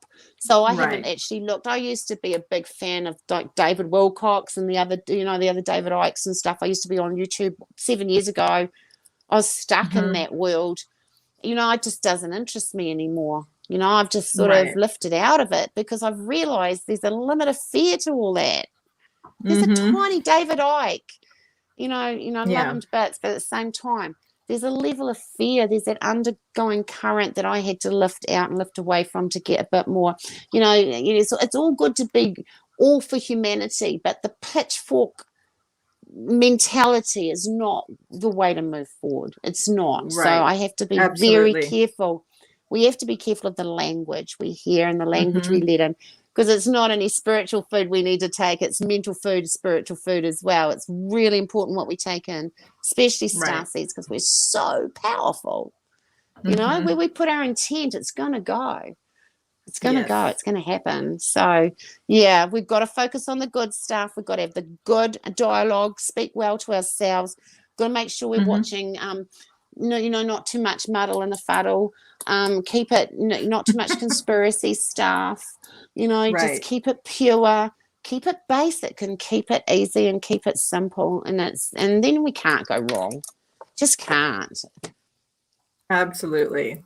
That's all wonderful, really good advice, especially right now, because I feel like during COVID, everybody was home and everybody was on YouTube or Netflix or whatever, and people had a lot of time to wake up. A lot of people woke up. A lot of people are starting to come online during this 2020 time. And, there's a lot of disinformation out there and misinformation out there, and information that just keeps you in fear, because it's like, what if this happens? What if that happens? And one side saying one thing and the other side saying the other thing, and so it perpetuates that duality, split consciousness, that split mindset. And so we're all one, and there's no one who, not no one, but the mainstream media influencers are not pushing a message of we're all one, let's all unite, we're all a piece of God, and so I think I agree with what you're saying, that we have to rise above and focus on the bigger picture plan. Absolutely. Which is to go through our ascension and to become the best versions of ourselves. Absolutely. So do you have people coming to you asking you about ascension, and what is ascension, and how would you define it to them, and how do you help them lift on their ascension path? I know you just shared a bunch of that information, but we actually just got a couple more people come in the room. We have Drew Banky. Hi, Drew. Thank you for coming in. If you guys have any questions, please put them in the chat. Go Ascension. Yes. Ascension is lift. Okay, so when I think of ascension, I think of spiritual growth. Okay, I think of finding out who we are, what our purpose are, where we can make improvements, little improvements just in ourself. And it can be a tiny little tweak. It can be like, the higher frequency words. It can be perhaps somebody might want to go vegan, or perhaps it can be a little tweak that a change for the better can be just a step forward to starting to make and develop a shift. That's the most important thing, is to make that, to start to ascend. We need to speak to ourselves in a way that we value our sacred self, and we need to know that we are in our body is sacred. So we need to know that our sacred self lives within our sacred body, and we need our sacred space. There's three things that we really need to ascend. Those three things, talking nicely to yourself is huge. That is the biggest frequency lifter. There is probably 80% of people out there that knock themselves on a daily basis. And just honestly, it seems so easy, doesn't it? Just love nice to yourself. yourself, but it's so hard. It's so hard because we're so judgmental of ourselves sometimes. So and changing just the way, changing the way we speak about ourselves and to ourselves is a change of frequency. That is the most powerful shift and lift. It's almost like a secret, and you can, even if you don't knock yourself, start to say some, start saying some reassuring things to yourself. Yeah, you're doing really well. Good on you. Little things, start lifting yourself up. That is not ego. Ego is running around town telling everybody you're amazing. Telling yourself you're worthwhile and you are special. That's between you and yourself. That's lifting you. That's different. That's self-worth. Such a beautiful way to put it.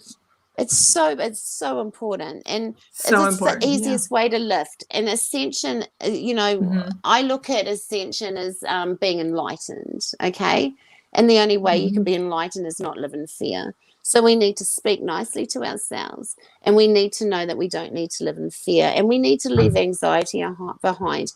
We can do those three things. We naturally lift. Ascension's lifting. And like, how high are we going to lift? Are we going to lift to the observer? Are we going to lift to where we've got telepathy? Are we going to, how high do we want to take it? It's a personal design. We need to make it personally designed to ourselves, because some people aren't ready to lift and go to the observer. So we need to design a lift that's perfect for ourselves in the time of our life. So you really need to sit down and go, what do I want out of this? What do I want to live? What do I want out of this ascension that's happening? If it's not happening naturally, and you're going to have to push it with making a few tweaks and changes, and once you do make a push, these guys step forward and you're away. You've got to just make that tiny little change, and then bang, that's it. As soon as you make that change, you start to lift.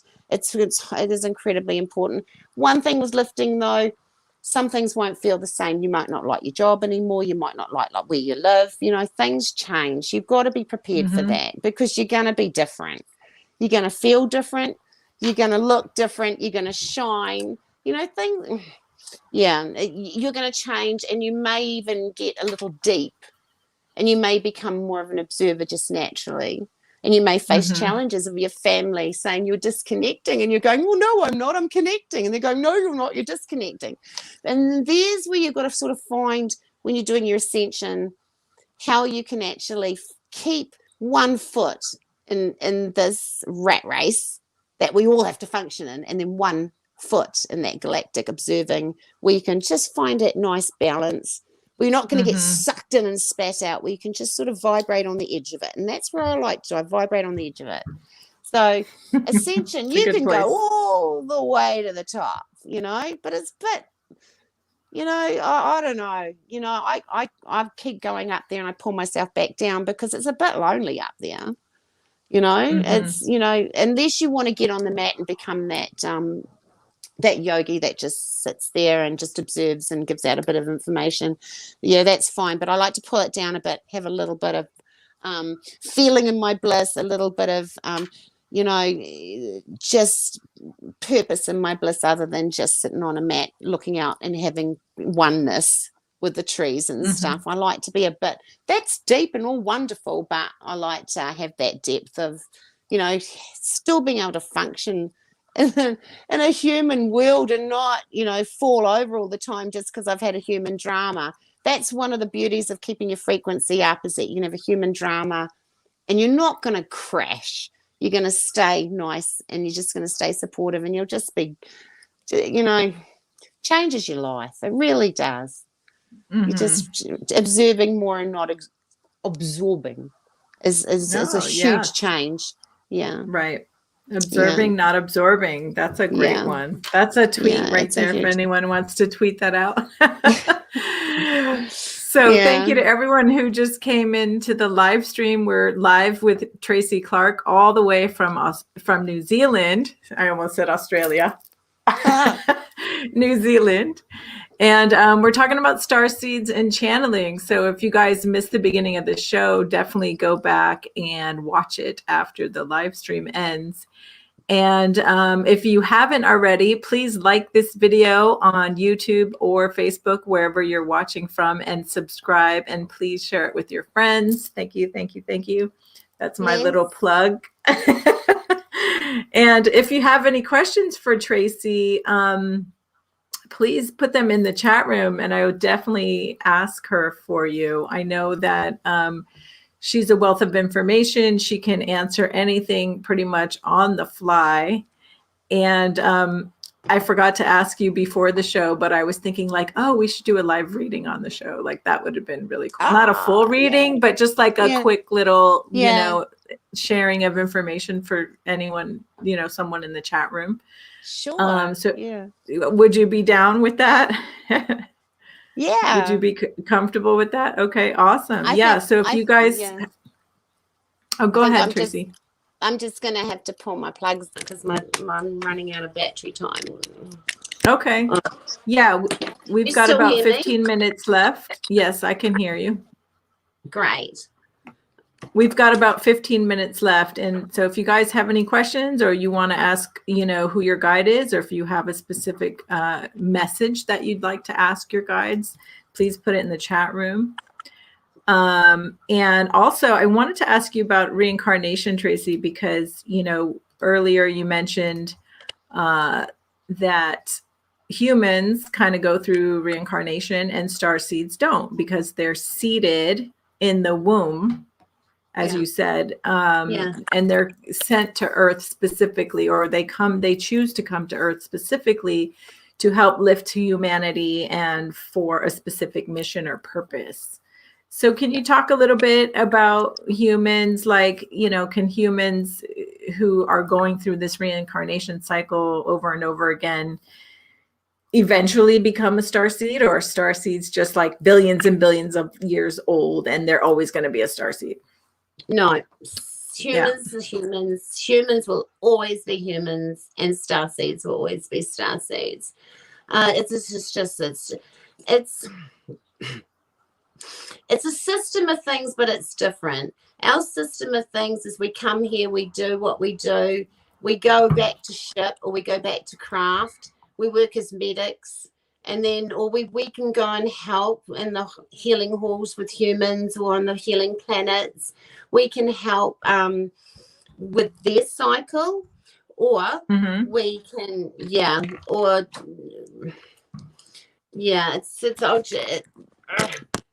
I'll just plug you back in here. It's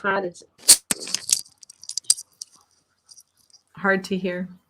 Yeah, it's better. It's better with headphones. That's better. Yeah, you sound better too. I just hope my phone doesn't cut out.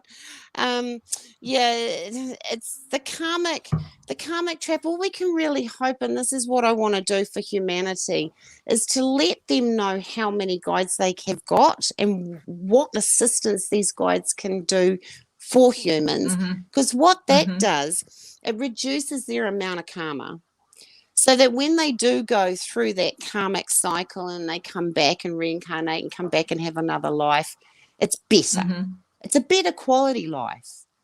So that's really what we can do as starseeds for humanity, is really let them be aware that they have these angel guides, because they don't usually ask unless they're in dire straits. Humanity, they have to have somebody dying or something tragic before they'll actually call on their angels or call on, you know, anything higher. They're just not. They just don't. So to try and get a human interested into that angelic side can be really, really difficult. But once you do, it will lift them, and it helps them evolve as a human.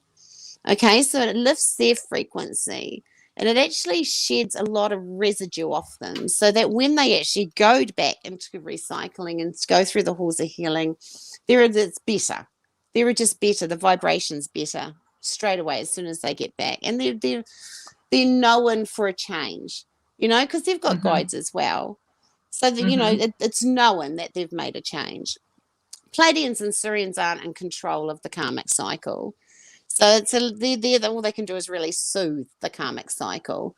So that's what we're there for. We really just soothe them, get them back on planet, and then they're off onto another life. Bit different with us. When we pass away, we either go to ship or we go have a holiday. We can be off planet for a couple of 100 years and then come back. Whereas a human will just go round and round and round, back and back and back. Who's in charge of that karmic cycle?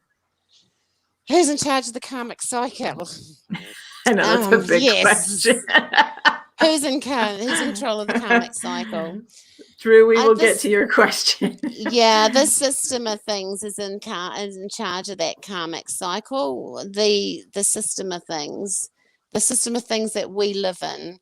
So that karmic cycle has been created by the originals, and yeah, that karmic cycle it's a tough one, because it's easy to, like, karma's really easy to get rid of, but humans they just don't want to. They don't have that urge, and they just sort of think, get up every day, live the life. Oh, well, who cares? We'll forget about that. They don't sort of realize it all banks up, all karma starts to bank up. So if we can get them in their 40s and get them to realize, if they get an awakening moment where they think, oh, there's more to life than just going to work, humans can do that because they've got radiating hearts. They may just decide to make contact with their guides. They may decide to do deep meditation. They may decide to do self-realization. Any one of those will help lift their frequency. But there's fear attached to that. There's a fear attached to humans becoming enlightened, because then they're out of the rat race. Then they're out of the banking system. Then they're out of the money making, the keeping up with the Joneses. I've got to have the better this, got to have the better that, got to strive for the boat, got to strive. That's the rat race, that's the rat race that causes karma. Because if we didn't have a rat race, it'd be really hard to get karma unless we all went around kicking chickens in the head or something. I don't know, or kittens or whatever. But it'd be really hard. So really, this whole system's been set up to create and generate karma for humans to actually repay, so that they have to come back and get back in and slug it out again. So yeah, if we can get them to evolve, like, there's a lot of really high evolved humans. There's a lot of highly involved humans out there, very highly involved humans that are, probably, they'll keep coming back. They'll just have better and better and better and better lives, until they'll probably, like Paramahansa Yogananda, sitting on a mat, and he's just a gift to humanity. He's so highly evolved. So that's really the way that you can release the karma, is to do that. Yeah, well, and a lot of them are programmed to believe that karma doesn't exist because of Christianity, for example, doesn't believe in karma. So there's also that is adding to the wheel. Yeah, it's hard. It is hard. I don't think, it's hard, because when you think of Christianity and the Catholics and churches and stuff, I think they call karma sins.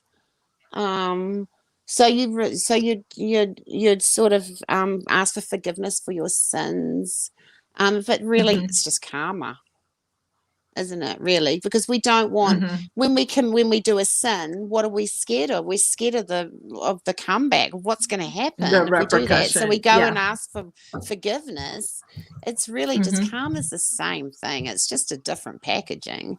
Yeah. So karma comes from holding anxiety and sins and different things in your body, and just holding fear and shame and yeah, it's a tough one, because if you're going to be a human being and you're going to wake up every day feeling amazing and living the best version of yourself, your karma's going to be very little.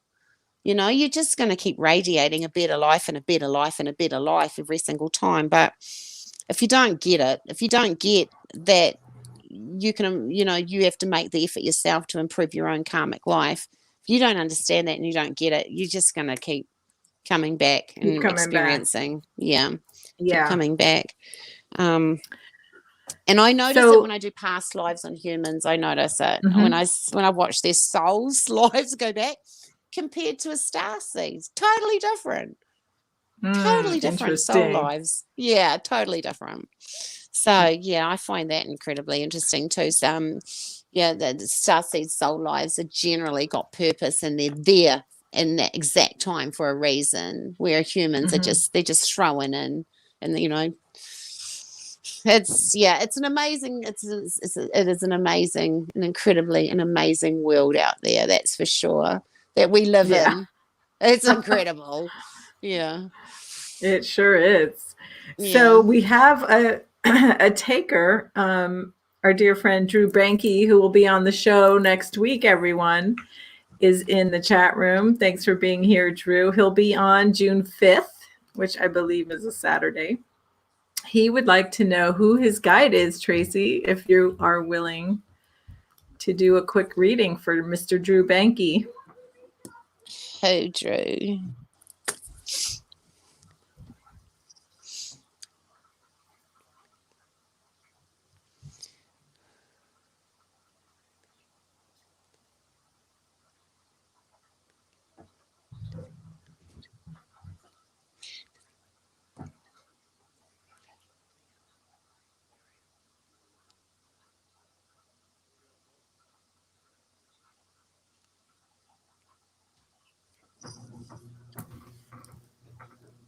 Well, I know Gabrielle's come through pretty strong. That's an archangel. I don't call him archangel, but Gabrielle works quite close with Drew.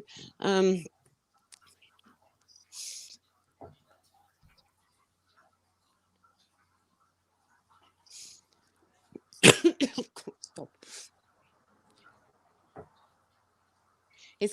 got 5 Pleiadians.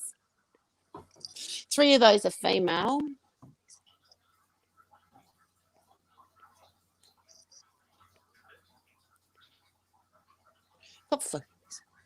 Got 4 Sirians there too.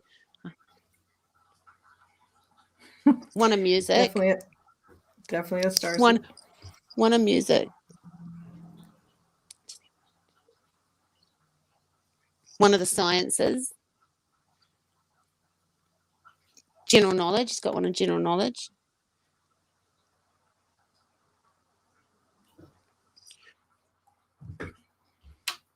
Oh no, she cut out. Well, the energy must have been super strong, or her battery cut out. She did mention something about her battery.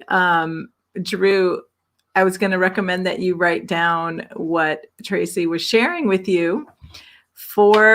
Did she say 4 Pleiadians and 5 Sirians and Archangel Gabriel? That is amazing. So right there, you've already got 10, which is more than most people. And I would say that's definitely Starseed. That's a Starseed reading.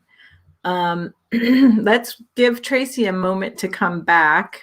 Hopefully she'll notice that we lost her and she'll come right back in and finish your reading. But that was amazing already. Let me just give her a quick message and let her know. Hi, Anna. How are you? Thank you for saying hello and being in the chat room.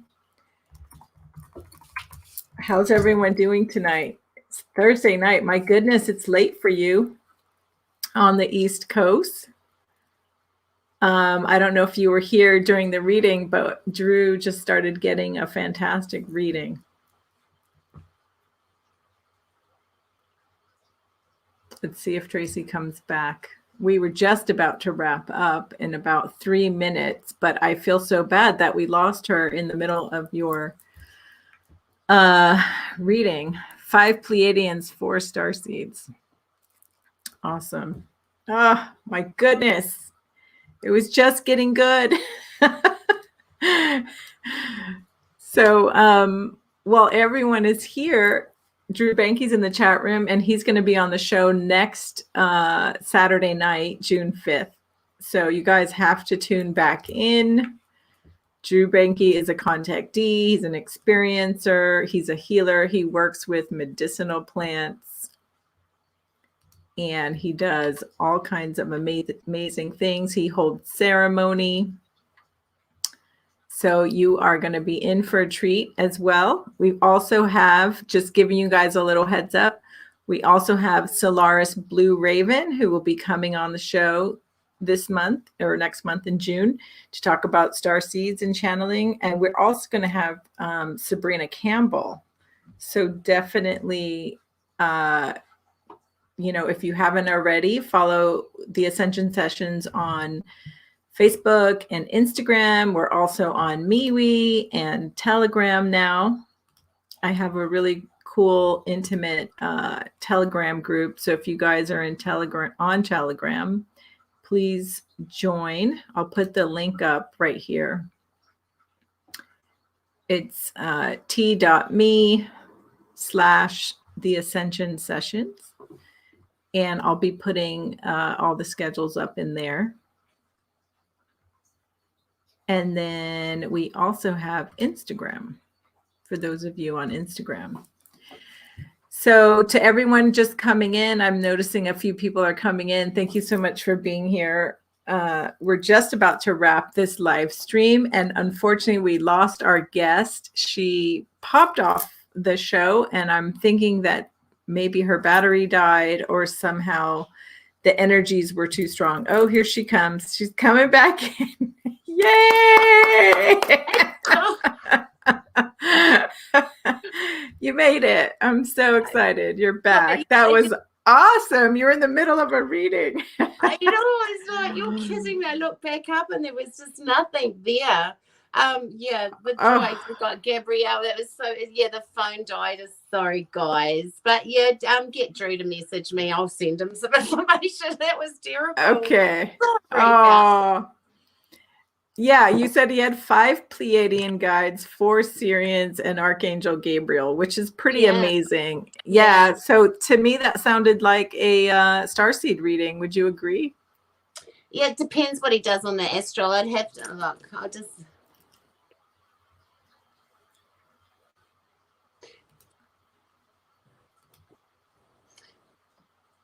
Getting quite a strong energy come through from him. He's quite highly evolved. I'll need to see his face. Definitely need to see his face. I like to look at the eyes. Yeah, but so I've got a lot of Pleiadians. I'd like to say he's got Pleiadian energy because he's got so many Pleiadians. But I'm getting no. I'd have to have a look at his face. What I did get though, that has got quite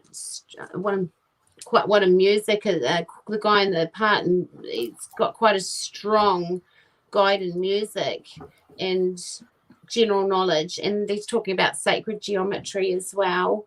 He also receives some astral codes, which is quite interesting. So he must do some astral work. He must do some flying himself to get those astral codes, they're telling me. So that's really interesting. What does Drew do? He works with plant medicines, and he's a sun dancer, and he helps people clear a lot of their stuff through medicinal plants and ceremony and rituals. Yeah.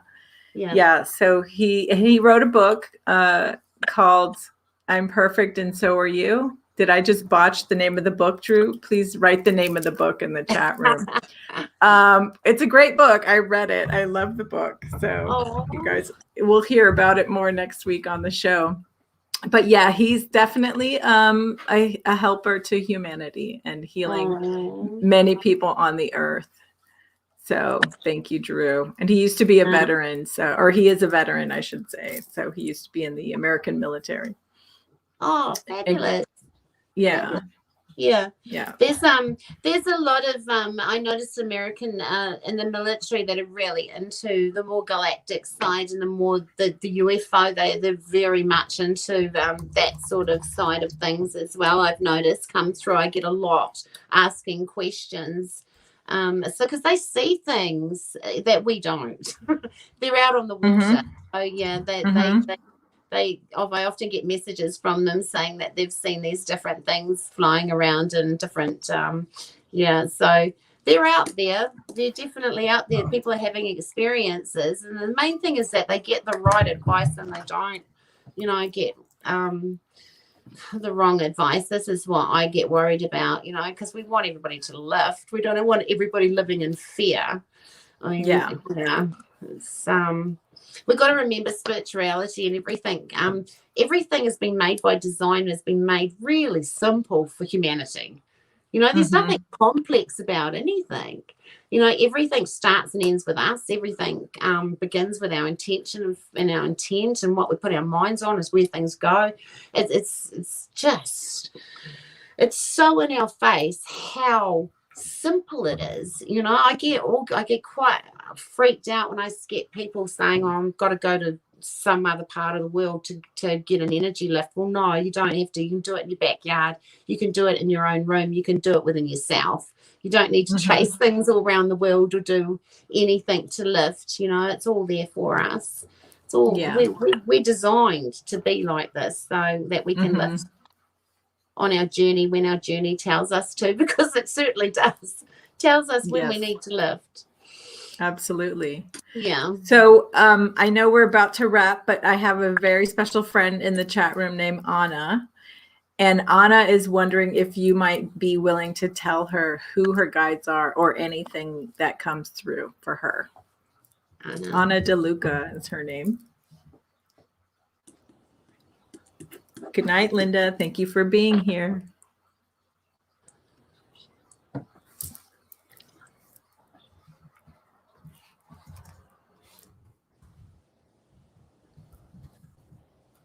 Oh, I'm picking up Sirian energy with Anna. Okay.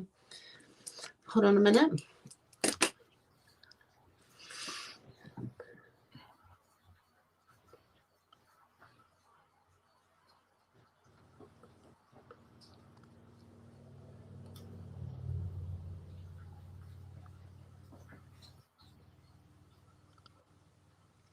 Anna.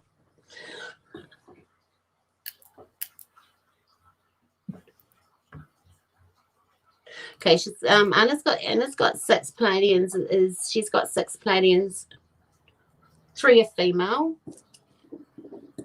And I've got Raphael with Anna. She's got Raphael with her. Raphael is quite strong. You'll know you've got Raphael because he blows. He comes in with a wind. He's like Michael. He comes in, he's quite gusty. He'll blow things off the table. So, you know, if you're ever at the table and a gust of wind comes out of nowhere, that'll be Raphael. And he is you. I'll just see if he's holding space with you. No. So he comes when you call on him. So the more you call on him, and the more he'll come into your life. So the more you use him, the more he'll stand with you. But at the moment, he's working remotely with you. So we've got 6 Pleiadians, 3 females, and how many Sirians?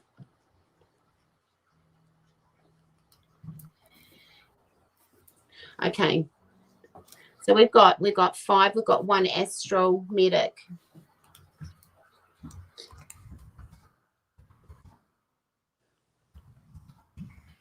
Okay, we're Astral medic.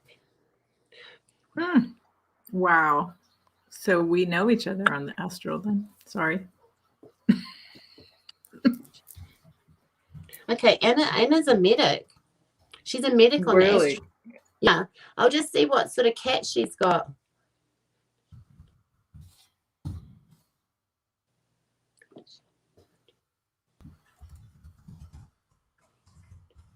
Okay, I've got 3 panthers as well.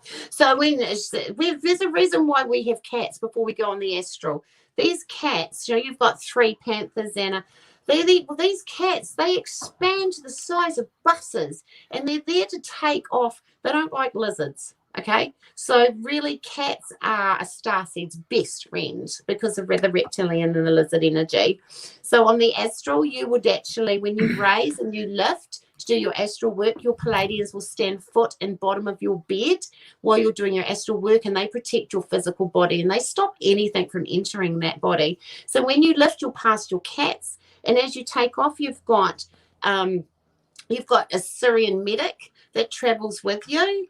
And he basically, if you ever go and do a meditation and look down and you're doing astral flying in your meditation, you'll see a light. He'll be a golden light, and he'll travel with you. When you get to where you go, it is chaos. So if you've ever had dreams, you might arrive in the middle of perhaps an accident, or where you're helping somebody, or where you're actually working as you feel like you've done a nursing job for a night. If you've ever woken during an astral dream or for any reason, that is what you're doing. You're actually not in.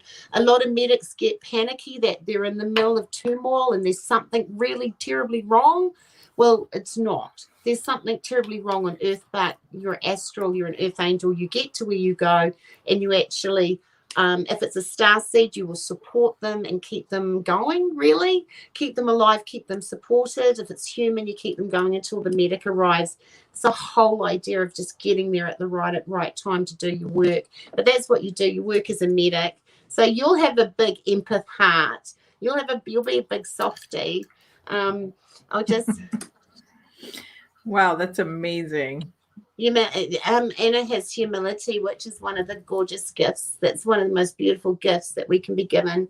So yeah, Anna, you'll have a beautiful connection with your guides if you do your breathing down, and you'll just the energy will sweep over you. You might even get that kundalini rush up into the base of your neck. You know, so they're very strong. Yeah. Whew, yeah, and then there's past lives coming through now. I'm getting some past lives.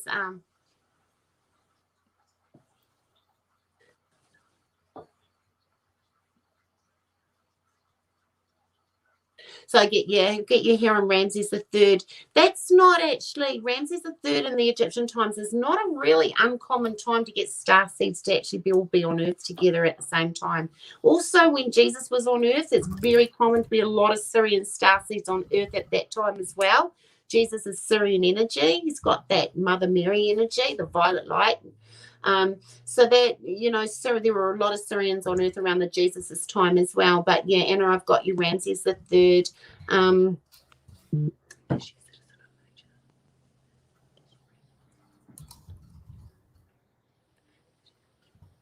I've got you to say, just saying you're a citizen of Egypt. I'd have to look into that life more. You would have had tons.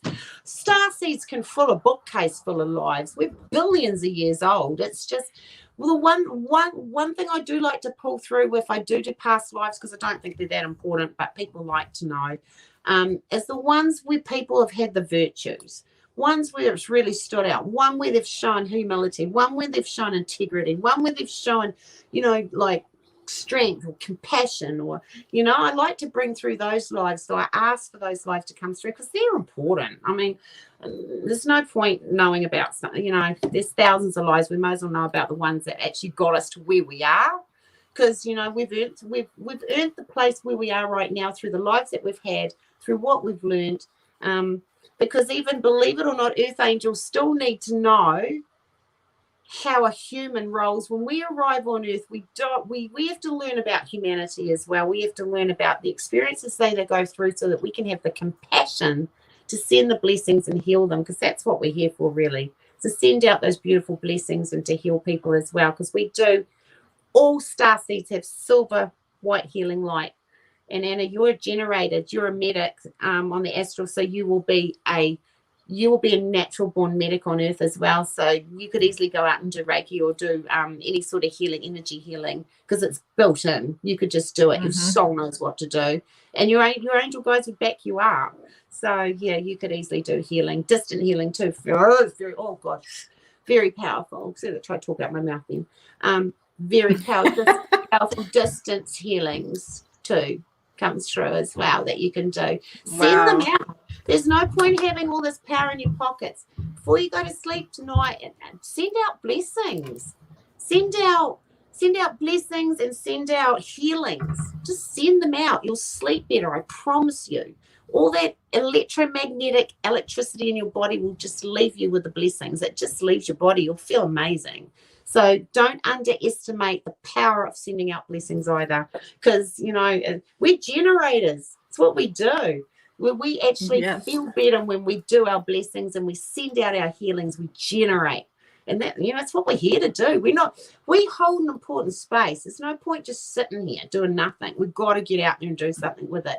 Could have been given to somebody else, but we got this very important space we've been given. This It is an amazing space on this planet. And we are visitors. Absolutely.